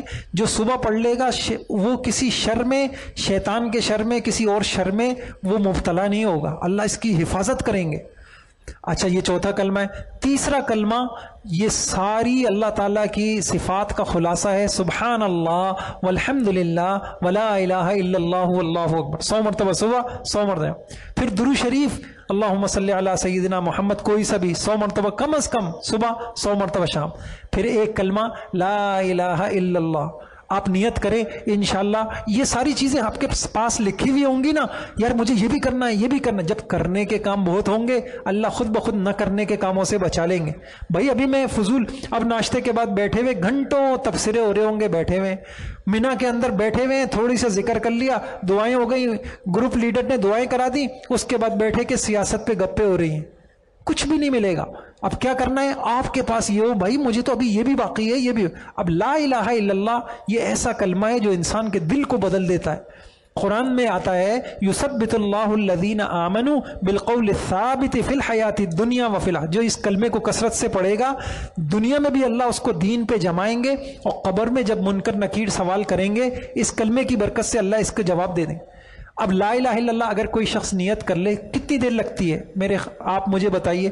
آپ نیت کریں کہ میں انشاءاللہ یومیہ 1000 مرتبہ پڑھ لوں گا. یہ بہت تھوڑا بتا رہا ہوں، پورا نہیں پڑھنا. لا الہ الا اللہ، لا الہ الا اللہ، تھوڑی 2-3 مرتبہ کے بعد، 10 مرتبہ کے بعد محمد الرسول اللہ کے لیے. اب آپ نے یہ بنایا ہوا ہے کہ بھائی مجھے 500 مرتبہ صبح، 500 مرتبہ شام پڑھنا ہے. اچھا، پھر اللہ تعالیٰ توفیق دے دے بھائی اتنا میں چلنا ہے، کچھ تو پڑھنا ہے. اچھا بھائی میں 500 مرتبہ لا حول ولا قوت الا باللہ پڑھ لوں گا. میں لا الہ الا انت سبحانک انی کنت من الظالمین پڑھ لوں گا. میں استغفر اللہ پڑھ لوں گا. یہ ساری چیزیں آپ کے حج میں ہوں گی. آپ کا حج بہت وزنی ہوگا. یہ وہ حج تھا جو حضور کا حج تھا. حضور نے کتنا ذکر کیا ہے. آپ نے گھنٹوں دعائیں مانگی ہیں. آپ حدیثوں میں دیکھیے گا گھنٹوں حضور کھڑے ہوئے عرفات کے اندر دعائیں مانگ رہے ہیں، گھنٹوں. تو حضور کے حج میں آپ تلاش کریں گے، آپ کو ذکر ملے گا. حضور کے حج میں آپ کو دعائیں ملیں گی. تو اللہ تعالی ہمیں یہ توفیق عطا فرما دے. اور جو ہے یہ 2 عادتیں ایسی ہیں، اللہ تعالیٰ کسی خوش نصیب کو اگر یہ عادت دے دے، اس کی زندگی بہت ساری مصیبتوں سے بچ جائے. ایک دین سیکھنے کا مزاج، اور ایک تنہائیوں میں اللہ کو یاد کرنے کا مزاج. یہ بہت خوبصورت عادتیں ہیں. اب وہاں ہیں آپ، اب آپ کی تلاش ہے، یار میں کسی سے کوئی دعا سیکھ لوں، میں قرآن کی کوئی آیت سیکھ لوں، میں کوئی دعا سیکھ لوں. سیکھ رہے ہیں آپ، بس میں بیٹھے ہوئے آپ نے کتاب نکالی ہوئی، آپ دعا یاد کر رہے ہیں. ایک مسلمان کو ہدایت کی دعا یاد نہ ہو، ایک مسلمان کو مغفرت کی دعا نہ آتی ہو، ایک مسلمان کو حاجت کی دعا نہ آتی ہو، خدا کی قسم وہ کیسے رجوع کرے گا اللہ کی طرف؟ اور آج نہیں آتی مسلمان. مثال کے طور پہ میں آپ کو بتاتا ہوں، یہ صبح شام کی دعا میں ایک دعا آتی ہے سید الاستغفار، اللہ سے مغفرت مانگنے کا سب سے بہتر طریقہ، بخاری شریف کی روایت ہے، اللہم انت ربی لا الہ الا انت خلقتنی وانا عبدک وانا علی عہدک. لمبی دعا ہے. اب آدمی کی نیت کر لے، یار میں تو انشاءاللہ اس حج میں سیکھوں گا. یہ سیکھنا سب سے بڑی عبادت ہے. انشاءاللہ آپ کو پھر جب سیکھنے والے بن جائیں گے انشاءاللہ موبائل کی لایانیوں سے آپ خود بچ جائیں گے. اچھا، ابھی اللہ پاک نے ایک بات یاد دلائی، یہ ایک بہت اہم بات بتا رہا ہوں. اگر آپ اسمارٹ موبائل نہیں استعمال کرتے تو وہ تو بہت ہی اچھی بات ہے، لیکن ایسے کوئی تو کم ہی لوگ ہیں جو نہیں کرتے. اگر کرتے ہیں آپ تو میں آپ کو ایک گزارش کروں گا. الحمدللہ کئی سال سے ہمارے یہ تعلیمی سلسلہ ہے ملک بھر میں، بلکہ بیرون ممالک میں بھی اب نصاب میں داخل ہے. اس پہ بہت کلاسیں ہمارے بیانات کم ہوں گے. دین سیکھنے کی کلاسیں ہیں. تاجر ہے، کمانا سیکھیے. آپ شوہر ہیں، آپ شوہر بننا سیکھیے. آپ ساس ہیں، ہماری کلاسیں موجود ہیں، کامیاب ساس اور حضور کی سنتیں، یہ سیکھیے. آپ معلم ہیں، آپ مدرس ہیں، آپ حاجی ہیں، آپ قربانی سیکھیے. اور آپ جو ہے بہت کچھ کلاسیں یہ آپ کو انشاءاللہ مل جائے گا. المنیر کے نام سے ہمارے اس پہ چینل پہ یہ کلاسیں ڈلی ہوئی ہیں. اگر اللہ آپ کو توفیق دے دے وہاں پر، اگر آپ نے استعمال ہی کرنا ہے موبائل تو آپ کچھ نہ کریں، آپ یہ سیکھیں. اتنا کچھ سیکھ جائیں گے اس 40 دن کے حج میں، آپ اتنا کچھ سیکھ جائیں گے کہ امید ہے کہ بقیہ زندگی آپ سیکھی ہوئی زندگی گزاریں. ایمان سیکھیں، ایمان کے تقاضے سیکھیں، ہدایت کیا ہے یہ سیکھیں، حیا کے متعلق تقاضے کیا ہے یہ سیکھیں. بہت کچھ ہے. اللہ تعالیٰ کی توفیق سے وہاں قرآن حدیث کا بہت مواد ہم نے یہ نشستیں وہاں ڈالی ہوئی ہیں. آپ یہ سیکھ لیں. اللہ مجھے بھی توفیق عطا فرمائے. ایک چیز حج کے اندر حضور علیہ الصلاۃ والسلام کے حج میں پوچھا گیا، ای الحج افضل، یا رسول اللہ افضل حج کون سا ہے؟ فرمایا العج والسج، وہ جس میں خوب کثرت سے لبیک اللہم لبیک پڑھ لیجئے. لبیک اللہم لبیک لبیک لا شریک لک لبیک ان الحمد والنعمت لک والملک لا شریک لک. بہت کثرت سے یہ پڑھے. آپ دیکھیے آج جمعے کا دن تھا. اللہ کی رضا کا علم بہت ضروری ہے. جمعے کے دن زیادہ ثواب کس چیز کے پڑھنے کا ہے بتائیے؟ درود شریف. اور رمضان میں زیادہ ثواب کیا ہے؟ لا الہ الا اللہ استغفر اللہ، یہ پڑھنے کا ہے. اور حج میں کیا زیادہ ثواب ہے؟ کون سے ذکر کا ہے؟ لبیک اللہم لبیک. یہ انسان کو یہ دین کی سمجھ ہونی چاہیے. زیادہ ثواب مجھے کس چیز پہ ملے گا؟ تو یہ حج میں یہ ہمارے یہاں تھوڑی سی کمی ہے. یہ اللہ تعالیٰ ہمیں توفیق عطا فرمائے. آگے دیکھیے. اور حضور کے حج میں یہ ساری یہ حدیثوں کے خلاصے ہیں. حضور کے حج میں جو ایک چیز ملتی ہے وہ ملتی ہے اچھے اخلاق کا مظاہرہ. حضور علیہ الصلاۃ والسلام سے پوچھا گیا کہ حضور نے فرمایا حج مبرور لیس لہ جزاء الا الجنہ، حج مبرور کا بدلہ تو جنت ہے. صحابہ نے پوچھا ما بر الحج، یہ حج مبرور کیا ہے؟ فرمایا اطعام الطعام، لوگوں کو کھانا کھلانا، لوگوں کی ضرورتیں پورا کرنا. اس کو اور عام کر لیجئے، حاجتیں پوری کرنا، ان کی مشکلیں آسان کرنا. اور کیا ہے؟ اور فرمایا اور دوسرا کیا؟ افشاء السلام، سلام پھیلانا. کہتا نا اجنبی ہے، کوئی افریقہ والا بیٹھا ہوا ہے، کوئی بیٹھا ہوا ہے، کوئی چائنا والا بیٹھا ہے، السلام علیکم السلام علیکم. اس کا ایک لفظی معنی تو یہ ہو گیا. اور تھوڑا سا اور عام کر لے تو سلامتی والا حج، ایسا حج جس میں کسی کی غیبت نہ ہو، ایسا حج جس میں کسی سے لڑائی نہ ہو، ایسا حج جس میں کسی کو اذیت نہ ہو. سلامتی والا حج، سلام پھیلاؤ، سلامتیاں پھیلاؤ. یہ ہے اصل حج. یعنی کتنی عجیب بات ہے. بس اوقات کتنی مرتبہ ذرا سی بات پر ناراض ہو گئے. 40 دن کا حج ہے، اس میں آپس میں ایک کمرے میں رہ رہے ہیں، باتیں نہیں کر رہے. اللہ اکبر. اب حج اللہ کی رحمتیں نازل ہوں گی. تو یہ فرمایا کہ کیا کرنا؟ یہ کرنا. بلکہ آپ حیران ہوں گے، اللہ پاک نے کہا الحج اشہر معلومات. حج سکھا رہے ہیں اللہ پاک قرآن میں. حج تو ہونا یہ چاہیے کہ فمن فرض فیہن الحج، بھائی جس پہ فرض ہو حج ہو جائے. اب آگے آیت یوں ہونی چاہیے تھی, وہ جائے طواف کرے, وہ جائے سعی کرے, وہ جائے وقوف عرفہ کرے, کچھ بھی نہیں ہے. پھر کیا ہے؟ فلا رفث ولا فسوق, جھگڑا نہ کرے. کیونکہ اللہ کو پتا تھا طواف تو کر ہی لیں گے سب, کہاں جائیں گے؟ وہیں تو جائیں گے سارے. کوئی دیہات سے اٹھے گا وہ بھی خانہ کعبہ کے پاس ہی جائے گا. یہ تو سب کر لیں گے, لیکن جو نہیں کریں گے وہ ان کو بتا دو. تو اللہ پاک نے کہا کہ جس پہ حج فرض ہو جائے وہ بیہودہ کام, بیہودہ باتیں نہ کرے, نظر کی حفاظت کرے. ساری دنیا سے خواتین آ رہی ہوں گی, یہ مصر کی ہیں اور یہ فلاں کی ہیں, بھائی اپنی آنکھیں بچانا, یہ نہ کرنا. کیونکہ اللہ کو پتا تھا کیا نہیں ہو سکے گا, وہ میں ان کو بتا دیتا ہوں. اور کیا کہا؟ ولا فسوق ولا جدال, لڑنا نہیں. پتا تھا اللہ پاک کو کہ بھئی لڑائیاں ہوں گی, تو اصل حج میں اللہ پاک نے بتایا کیا کہ یہ نہ کرنا. اچھا ایک کام کیا کرنا؟ تواضع اور عاجزی والا حج ہو. آدمی چھوٹا, جو لوگ اپنے آپ کو چھوٹا بن کے چلتے ہیں ان کی پھر لڑائیاں نہیں ہوتی. جن کی ناک اونچی ہوتی ہے, یہ کیوں کہہ دیا, اونچی آواز میں کیوں بات کر دیا, یہ کیوں کر دیا, میرے ساتھ یہ کیوں کر دیا, کھانوں پہ لڑ رہے ہیں, چیزوں پہ لڑ رہے ہیں. بھائی اللہ کے واسطے ہم اپنے مزاجوں کو بدلیں, اللہ کے واسطے اپنے مزاجوں کو بدلیں. ساری زندگی کھایا ہی تو ہے, کوئی بھوکے تھوڑی رہے, آ کے بھی کھا ہی لیں گے. وہاں پہ بھی جا کے یہ کیا کھلا دیا, یہ کیا کھلا دیا. اللہ کی قسم, جب اللہ ناراض ہوتے ہیں اللہ نہ کرنے کے کاموں میں انسانوں کو مشغول کر دیتے. اللہ خوش ہوتے ہیں اللہ مصلی پہ بٹھا دیتے.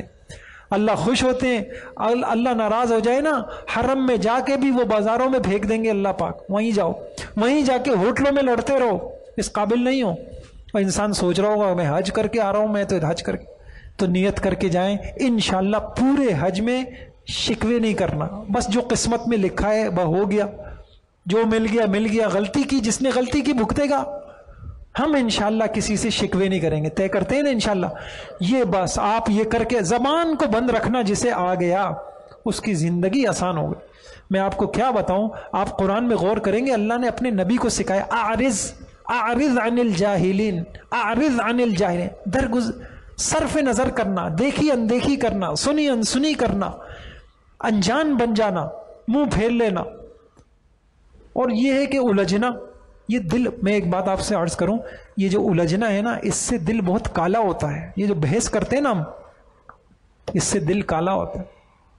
طواف کر کے ایک سینے میں ایک نرمی آئی تھی, اور بیٹھ کے بحث کر لی, آپ دیکھیں گے کہ دل میں سختی آ گئی.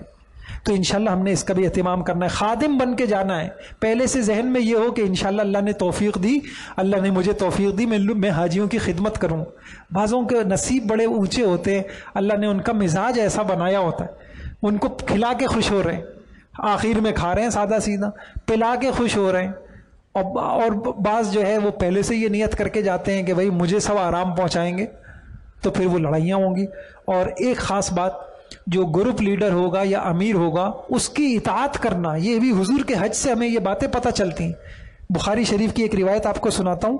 ایک شخص ہے, انہوں نے حضرت انس رضی اللہ تعالیٰ عنہ سے سوال کیا, این صلی الظہر, این صلی الظہر یوم الترویہ, بھائی حضور صلی اللہ علیہ وسلم نے 8 ذی الحجہ کو ظہر کی نماز کہاں پڑھی؟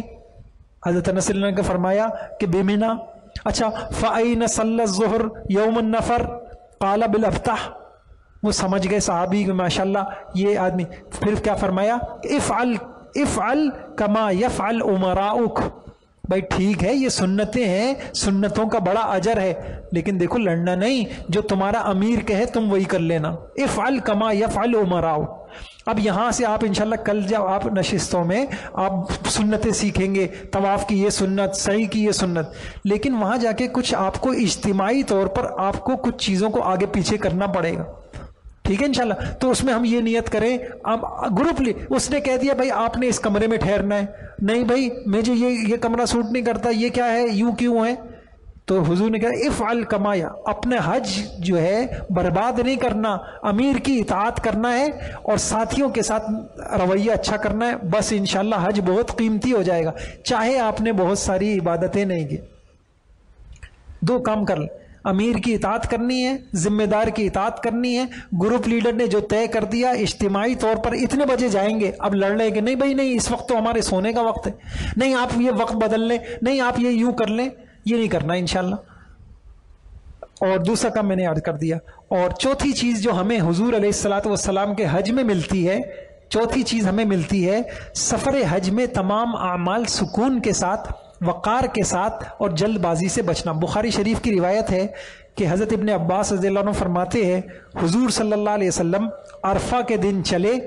اب عرفہ کے دن آج تو بسوں کی آوازیں، ہارن، یہ چیزیں، اس زمانے میں گھوڑوں کی آوازیں اور چیخنے کی آوازیں اور کوئی جو ہے تو حضور صلی اللہ علیہ وسلم نے اشارہ کیا ایھا الناس علیکم بالسکینۃ والوقار فإن البر لیس بالایذاء.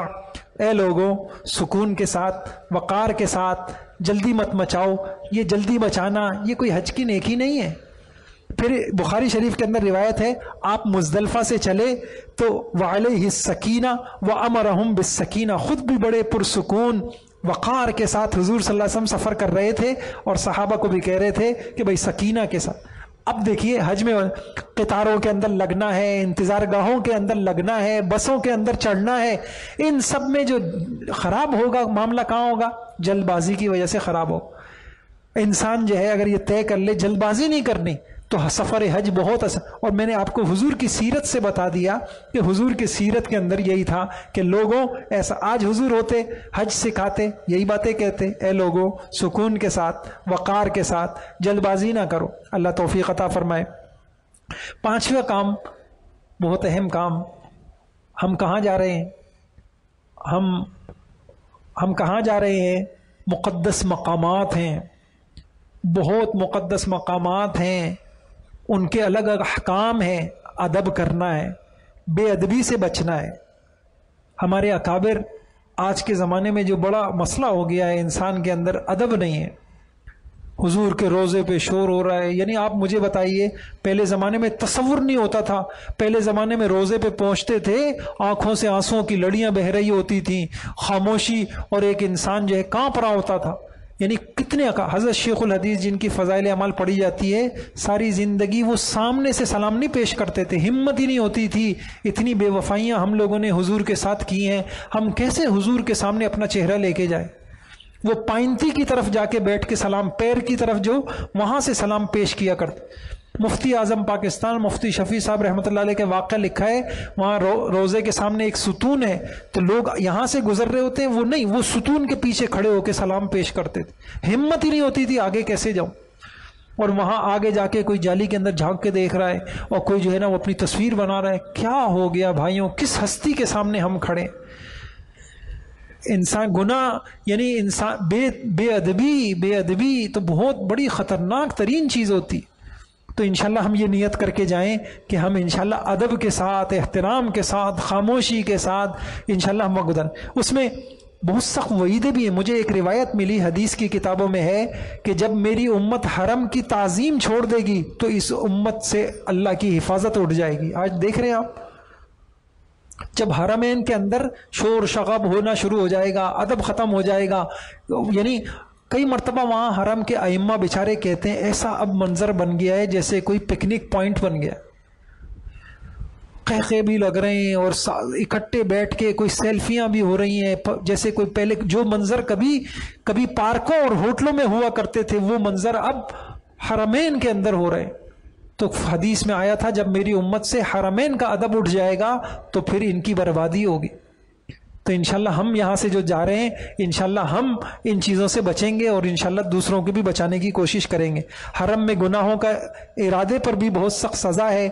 حرم کے گناہوں کا وبال بھی دوسری جگہ کے مقابلے میں زیادہ ہے.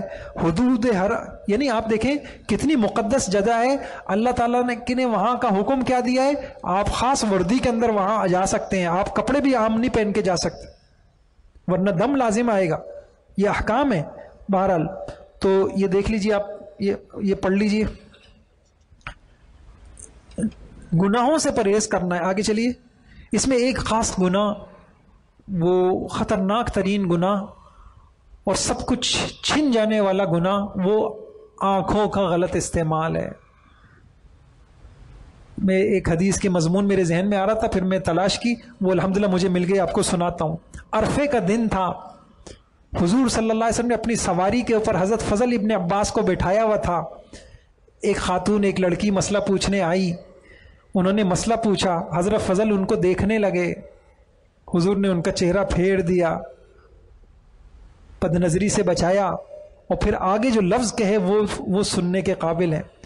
ابن خزیمہ کی روایت ہے، حضور نے فرمایا یبن اخی ان ھذا یوم من ملک فیہ سمعہ وبصرہ ولسانہ غفر لہ، بیٹا، بھانجے، بھتیجے، یہ وہ دن ہے، آج کے دن جو اپنی آنکھوں کی حفاظت کر لے گا، آج کے دن خصوصی طور پہ جو اپنے کانوں کی حفاظت کر لے گا، آج کے دن خصوصی طور پہ جو اپنی زبان کی حفاظت کر لے گا، اس کا سب بخش دیا جائے گا، یہ وہ دن ہے۔ عمل کے ساتھ یہ پرہیز لازمی ہے۔ اب وہاں عجیب منزل ہے شروع کے اندر، یعنی ہوٹلوں کے اندر جو ہے وہ مخلوط محفلیں ہو رہی ہیں، نامحرموں سے ہنسی مذاق ہو رہا ہے، فلاں ہو رہا ہے۔ بھائیوں، ہم کہاں گئے ہیں، کس مقام پہ گئے ہیں؟ تو اس کا انشاءاللہ اہتمام کرنا ہے، ان آداب کا انشاءاللہ خیال کرنا ہے۔ ایک خاص ادب یہ بھی ہے، وہاں آپ کو کچھ چیزیں نظر آئیں گی جو آپ نے یہاں نہیں دیکھی۔ مثال کے طور پہ الحمدللہ ہمارے ہند پاک میں قبلے کی طرف پیر کرنے کا مزاج نہیں ہے۔ ہمارے ہند و پاک میں اللہ کا فضل ہے، قرآن کی تعظیم، اچھا یہ بھی حدیثوں سے ثابت ہے، آپ گھبرائیے نہیں۔ وہاں میں بیٹھا ہوا تھا تو ایک مصری تھے یا کہاں کے تھے، وہ قرآن پڑھنے لگے، جب سجدے کی آیت آئی بند کیا، قرآن زمین پہ رکھا، سجدے میں چلے گئے۔ تو میں نے ان کو ایک روایت دکھا دی کہ حضور صلی اللہ علیہ وسلم ایک مرتبہ یہودیوں کے ہاں گئے، یہودیوں کے ہاں، یہودیوں نے تکیہ پیش کیا اور اپنی کتاب پیش کی، حضور نے ان کی کتاب کو تکیے کے اوپر رکھا، وہ کتاب جو منسوخ ہے، اور اللہ کی کتاب، اور ہم یہاں پہ کتنی تعظیم کرتے ہیں۔ تو یہ مطلب نہیں ہے کہ وہاں دیکھا دیکھی جو کچھ ہونے لگ جائے، ہم سمجھے سعودیہ میں جو کچھ ہوگا وہ دین ہوگا، وہاں بے پردگی بھی ہے، وہاں بے حیائی بھی ہے، مادیت بھی ہے، سب کچھ ہے۔ تو بھائی جو ادب الحمدللہ ہم نے یہاں سیکھا ہوا ہے، وہاں جا کے ہم بے ادب نہیں، ہم تو اور زیادہ با ادب بنیں گے۔ قبلے کی طرف پیر نہیں کرنا یہاں ہم کرتے ہیں، وہاں آپ کو دیکھیں گے قبلے کی طرف پیر کر کے سو رہے۔ اب پاکستانی بھی شروع ہو گئے، جو یہاں اس مسجد میں نہیں کرتے وہ وہاں حرم کی مسجد میں قبلے کی طرف پیر کر رہے۔ تو ان چیزوں کا بھی ہم نے انشاءاللہ خیال کرنا ہے، ان آداب کا بھی خیال کرنا ہے۔ حالات حاضرہ، آگے چلیے۔ اچھا، عبادات اور اعمال میں کے بجائے دیگر چیزوں میں مشغول ہونا، یہ اللہ کی سزا ہوتی ہے۔ اللہ تعالیٰ سے جس کا تعلق ہوتا ہے نا، اللہ تعالیٰ اس کو اپنے میں مشغول کر لیتے ہیں، اس کو تلاوت میں اتنے مزہ دے دیتے ہیں، مناجات میں، ورنہ پھر اللہ پاک کہیں اور مشغول۔ تو ان چیزوں سے فضول بحث مباحث ان سے بچنا ہے، اور غیر ضروری خریداری انشاءاللہ اس سے بچنا ہے۔ یہ ساری چیزیں ہیں۔ آگے دیکھیے، چھٹا نمبر دیکھیے۔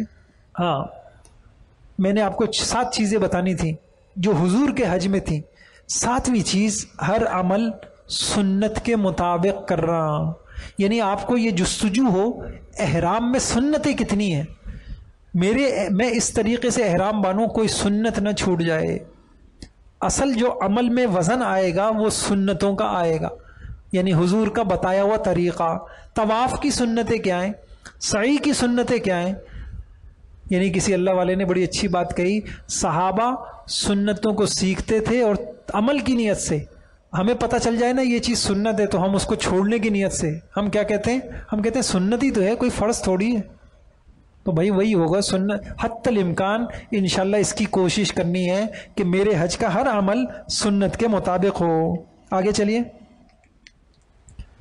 سفر، آخری بات، 7ویں بات، سفر حج میں آسانی اگر آپ چاہتے ہیں تو آپ یہ چند چیزوں کا خیال کر لیں۔ آپ یہ سوچ کر جائیں کہ بھائی حج تو ہوتا ہی مشقت کا ہے۔ اگر پہلے سے یہ سوچ کے جائیں گے حج میں آرام ملے گا اور پھر مشقت آ گئی تو پھر پریشانی ہوگی، پہلے سے یہ سوچ لیجئے کہ بھائی اس میں چلنا بھی ہوگا، اس میں تھکنا بھی ہوگا اور مشقت کا سفر ہے۔ انشاءاللہ زندگی میں ایک مرتبہ مشقت ختم، اجر ساری زندگی کے لیے باقی رہے گا، یہ سوچ کے جائیں گے۔ اور یہ کچھ ہدایتیں لکھی ہوئی ہیں، آپ لوگ خود پڑھ لیجئے، آ رہا ہے نظر؟ غیر معمولی تاخیر بھی ہو سکتی ہے، فلائٹوں میں تاخیر ہو سکتی ہے، برداشت کریں گے انشاءاللہ۔ اس مشقت پہ بھی اللہ اجر دیں گے۔ دیکھیے یہ جو مشقتیں ہوتی ہیں نا، مجاہدہ، یہ مطلوب ہے، اس سے روح پاک ہو جاتی ہے۔ بغیر مشقت اللہ تعالیٰ نے اپنے نبی کو کیا، فَإِذَا فَرَغْتَ فَانْصَبْ، جب آپ دعوت سے فارغ ہو جائیں آپ خوب تھکائیے عبادت میں اپنے آپ. یہ تھکنا، تھک کے چور ہونا، اس سے انسان کی یہ کثافتیں ختم ہوتی ہیں، دل کی ناپاکیاں ختم ہوتی، میل کچیل چھوٹتا ہے. یہ تھکنا مطلوب ہے. اب ہم مانگیں گے تو نہیں اللہ پاک سے، لیکن آ گئی کوئی چیز تو ہنسی خوشی برداشت کریں گے. کوئی بھی چھوٹی موٹی بیماری آ گئی، کھانے میں کوئی آگے پیچھے ہو گیا، کوئی کمرے کا اے سی خراب ہو گیا، کوئی فلاں چیز ہو گئی، اب ہر چیز پہ الجھ رہے ہیں. بھائی گھر کا آرام تو نہیں ملے گا، سفر تو ہے، سفر تو ہوتا ہی مشقت کے لیے. تو یہ پہلے سے کہ صبر شکر کے احساس کو ساتھ لے کے جائیے. غصہ، جھنجھلاہٹ، جلد بازی، بے صبری، آرام اور گھر کی فکر کو یہیں چھوڑ کے جائیں، انشاءاللہ حج آسان ہو جائے گا. آگے یہ کچھ احتیاطیں ہیں، یہ انشاءاللہ آپ لوگوں کو میں یہ بھیج دیا جائے گا، بس ایسی کر دیں، آہستہ آہستہ یہ خود دیکھ لیں گے. صحت کا خیال بھی رکھیے، خاص طور سے حج سے پہلے. بعض لوگ ایک جذبہ ہوتا ہے اپنے آپ کو بہت تھکا لیتے. اصل حج آپ کا عرفہ ہے، وہ 5 دن ہے. اس 5 دن کے لیے اپنی انرجی اور اپنی صحت کو باقی رکھے. بعض لوگ اپنے آپ کو بہت زیادہ تھکا لیتے پہلے سے، تو اس کا نہیں جی حرم جا رہے ہیں، صبح جا رہے ہیں، شام جا رہے ہیں، اور بیمار ہو گئے، سارا گروپ بھی پریشان ہوتا ہے، گروپ لیڈر بھی پریشان ہوتا ہے، کمرے والے بھی پریشان اور خود بھی. تو تھوڑی سی اپنی صحت کا بھی اس طریقے سے خیال کر لیں. ان 5 دنوں کے لیے اپنے آپ کو تیار کریں، غذا بھی صحیح طریقے سے کھائیں، اور اپنی اگر دوائیں ہیں تو ان کا بھی استعمال کریں. جی یہ پڑھیے آپ.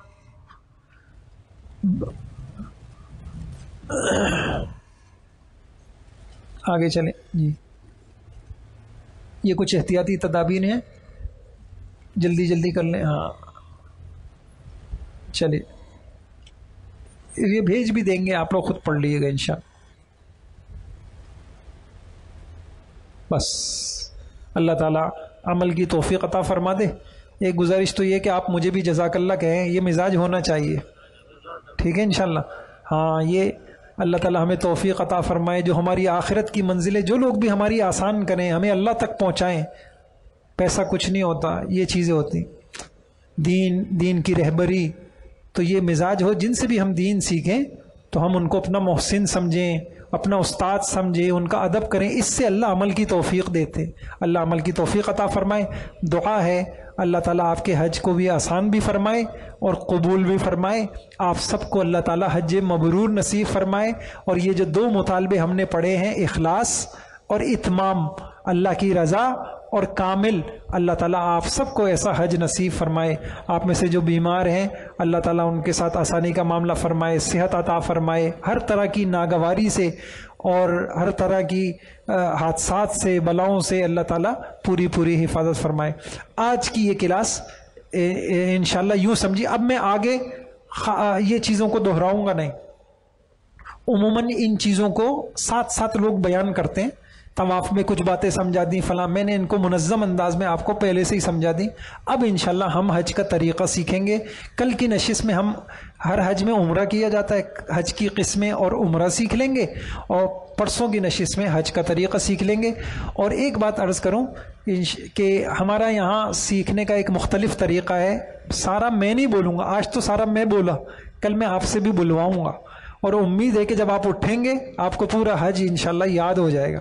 2 کو دہرواؤں گا. صحابہ ایسے ہی سیکھتے تھے، صحابہ ایسے ہی سیکھتے تھے. اللہ تعالیٰ عمل کی توفیق عطا فرمائے. سبحان اللہ. یہ پرچے کا میں نے اعلان کر دیا، آپ لوگوں نے نام لکھ دیے ہوں گے. اور تو کوئی اعلان نہیں؟ ہاں بتائیں کیا کوڈ ہے؟ وہ یہ QR کوڈ بھی ہے گروپ میں شامل ہونے کے لیے. جن کو یہ آتا ہے تو وہ اس کے ذریعے سے گروپ میں شامل ہو جائیں. نیچے نمبر بھی لکھا ہوا ہے، آپ اس کے ذریعے سے شامل ہو جائیں. مسائل کا جو، لیکن کوشش کریں جو حج پہ جا رہے ہیں صرف وہی حضرات اس میں شامل ہو جائیں. اور پھر جو حج کے مسائل ہیں انشاءاللہ آپ کل کی نشستوں میں وہ مسائل بھی میں آپ سے عرض کر دوں گا، اور اللہ پاک نے چاہا تو ہو جائے گا. سبحان اللہ و بحمدہ، سبحان اللہ العظیم. اللہم صلی وسلم علی نبینا محمد اے اللہ ہم سب کی خطاؤں کو، لغزشوں کو، قصوروں کو معاف فرما۔ اے اللہ قدم قدم پہ اپنی رضا کو سامنے رکھ کے زندگی گزارنے کی اللہ توفیق عطا فرما۔ اے اللہ ان بھائیوں نے یہاں جو حج سیکھا، ان کا سیکھنا بھی قبول فرما، سکھانا بھی قبول فرما۔ آخرت میں ہم سب کو اس پر اجر عظیم نصیب فرما۔ اور یا اللہ جس طریقے سے آپ کو پسند حج ہے، اے اللہ ایسا پسندیدہ حج ہم سب کو نصیب فرما۔ یا اللہ ہر قسم کی ناگواریوں سے ان حضرات کی پوری حفاظت فرما، تمام حجاج کی حفاظت فرما۔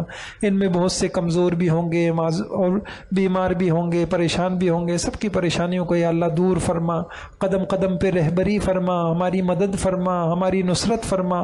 اے اللہ ہمارے اس حج کو کامل بھی بنا دے، یا اللہ اپنی رضا کے لیے بھی بنا دے۔ ہر طرح کے غلط جذبے سے اللہ ہمیں بچا لے، یا اللہ غلط نیتوں سے بچا لے، یا اللہ ریاکاری سے بچا لے، نام نمود سے بچا لے، یا اللہ دکھلاوے سے یا اللہ بچا لے، اور یا اللہ ہمارے لیے آسانیاں پیدا فرما۔ ہماری دعاؤں کو محض اپنے فضل و کرم سے قبول فرما، آمین۔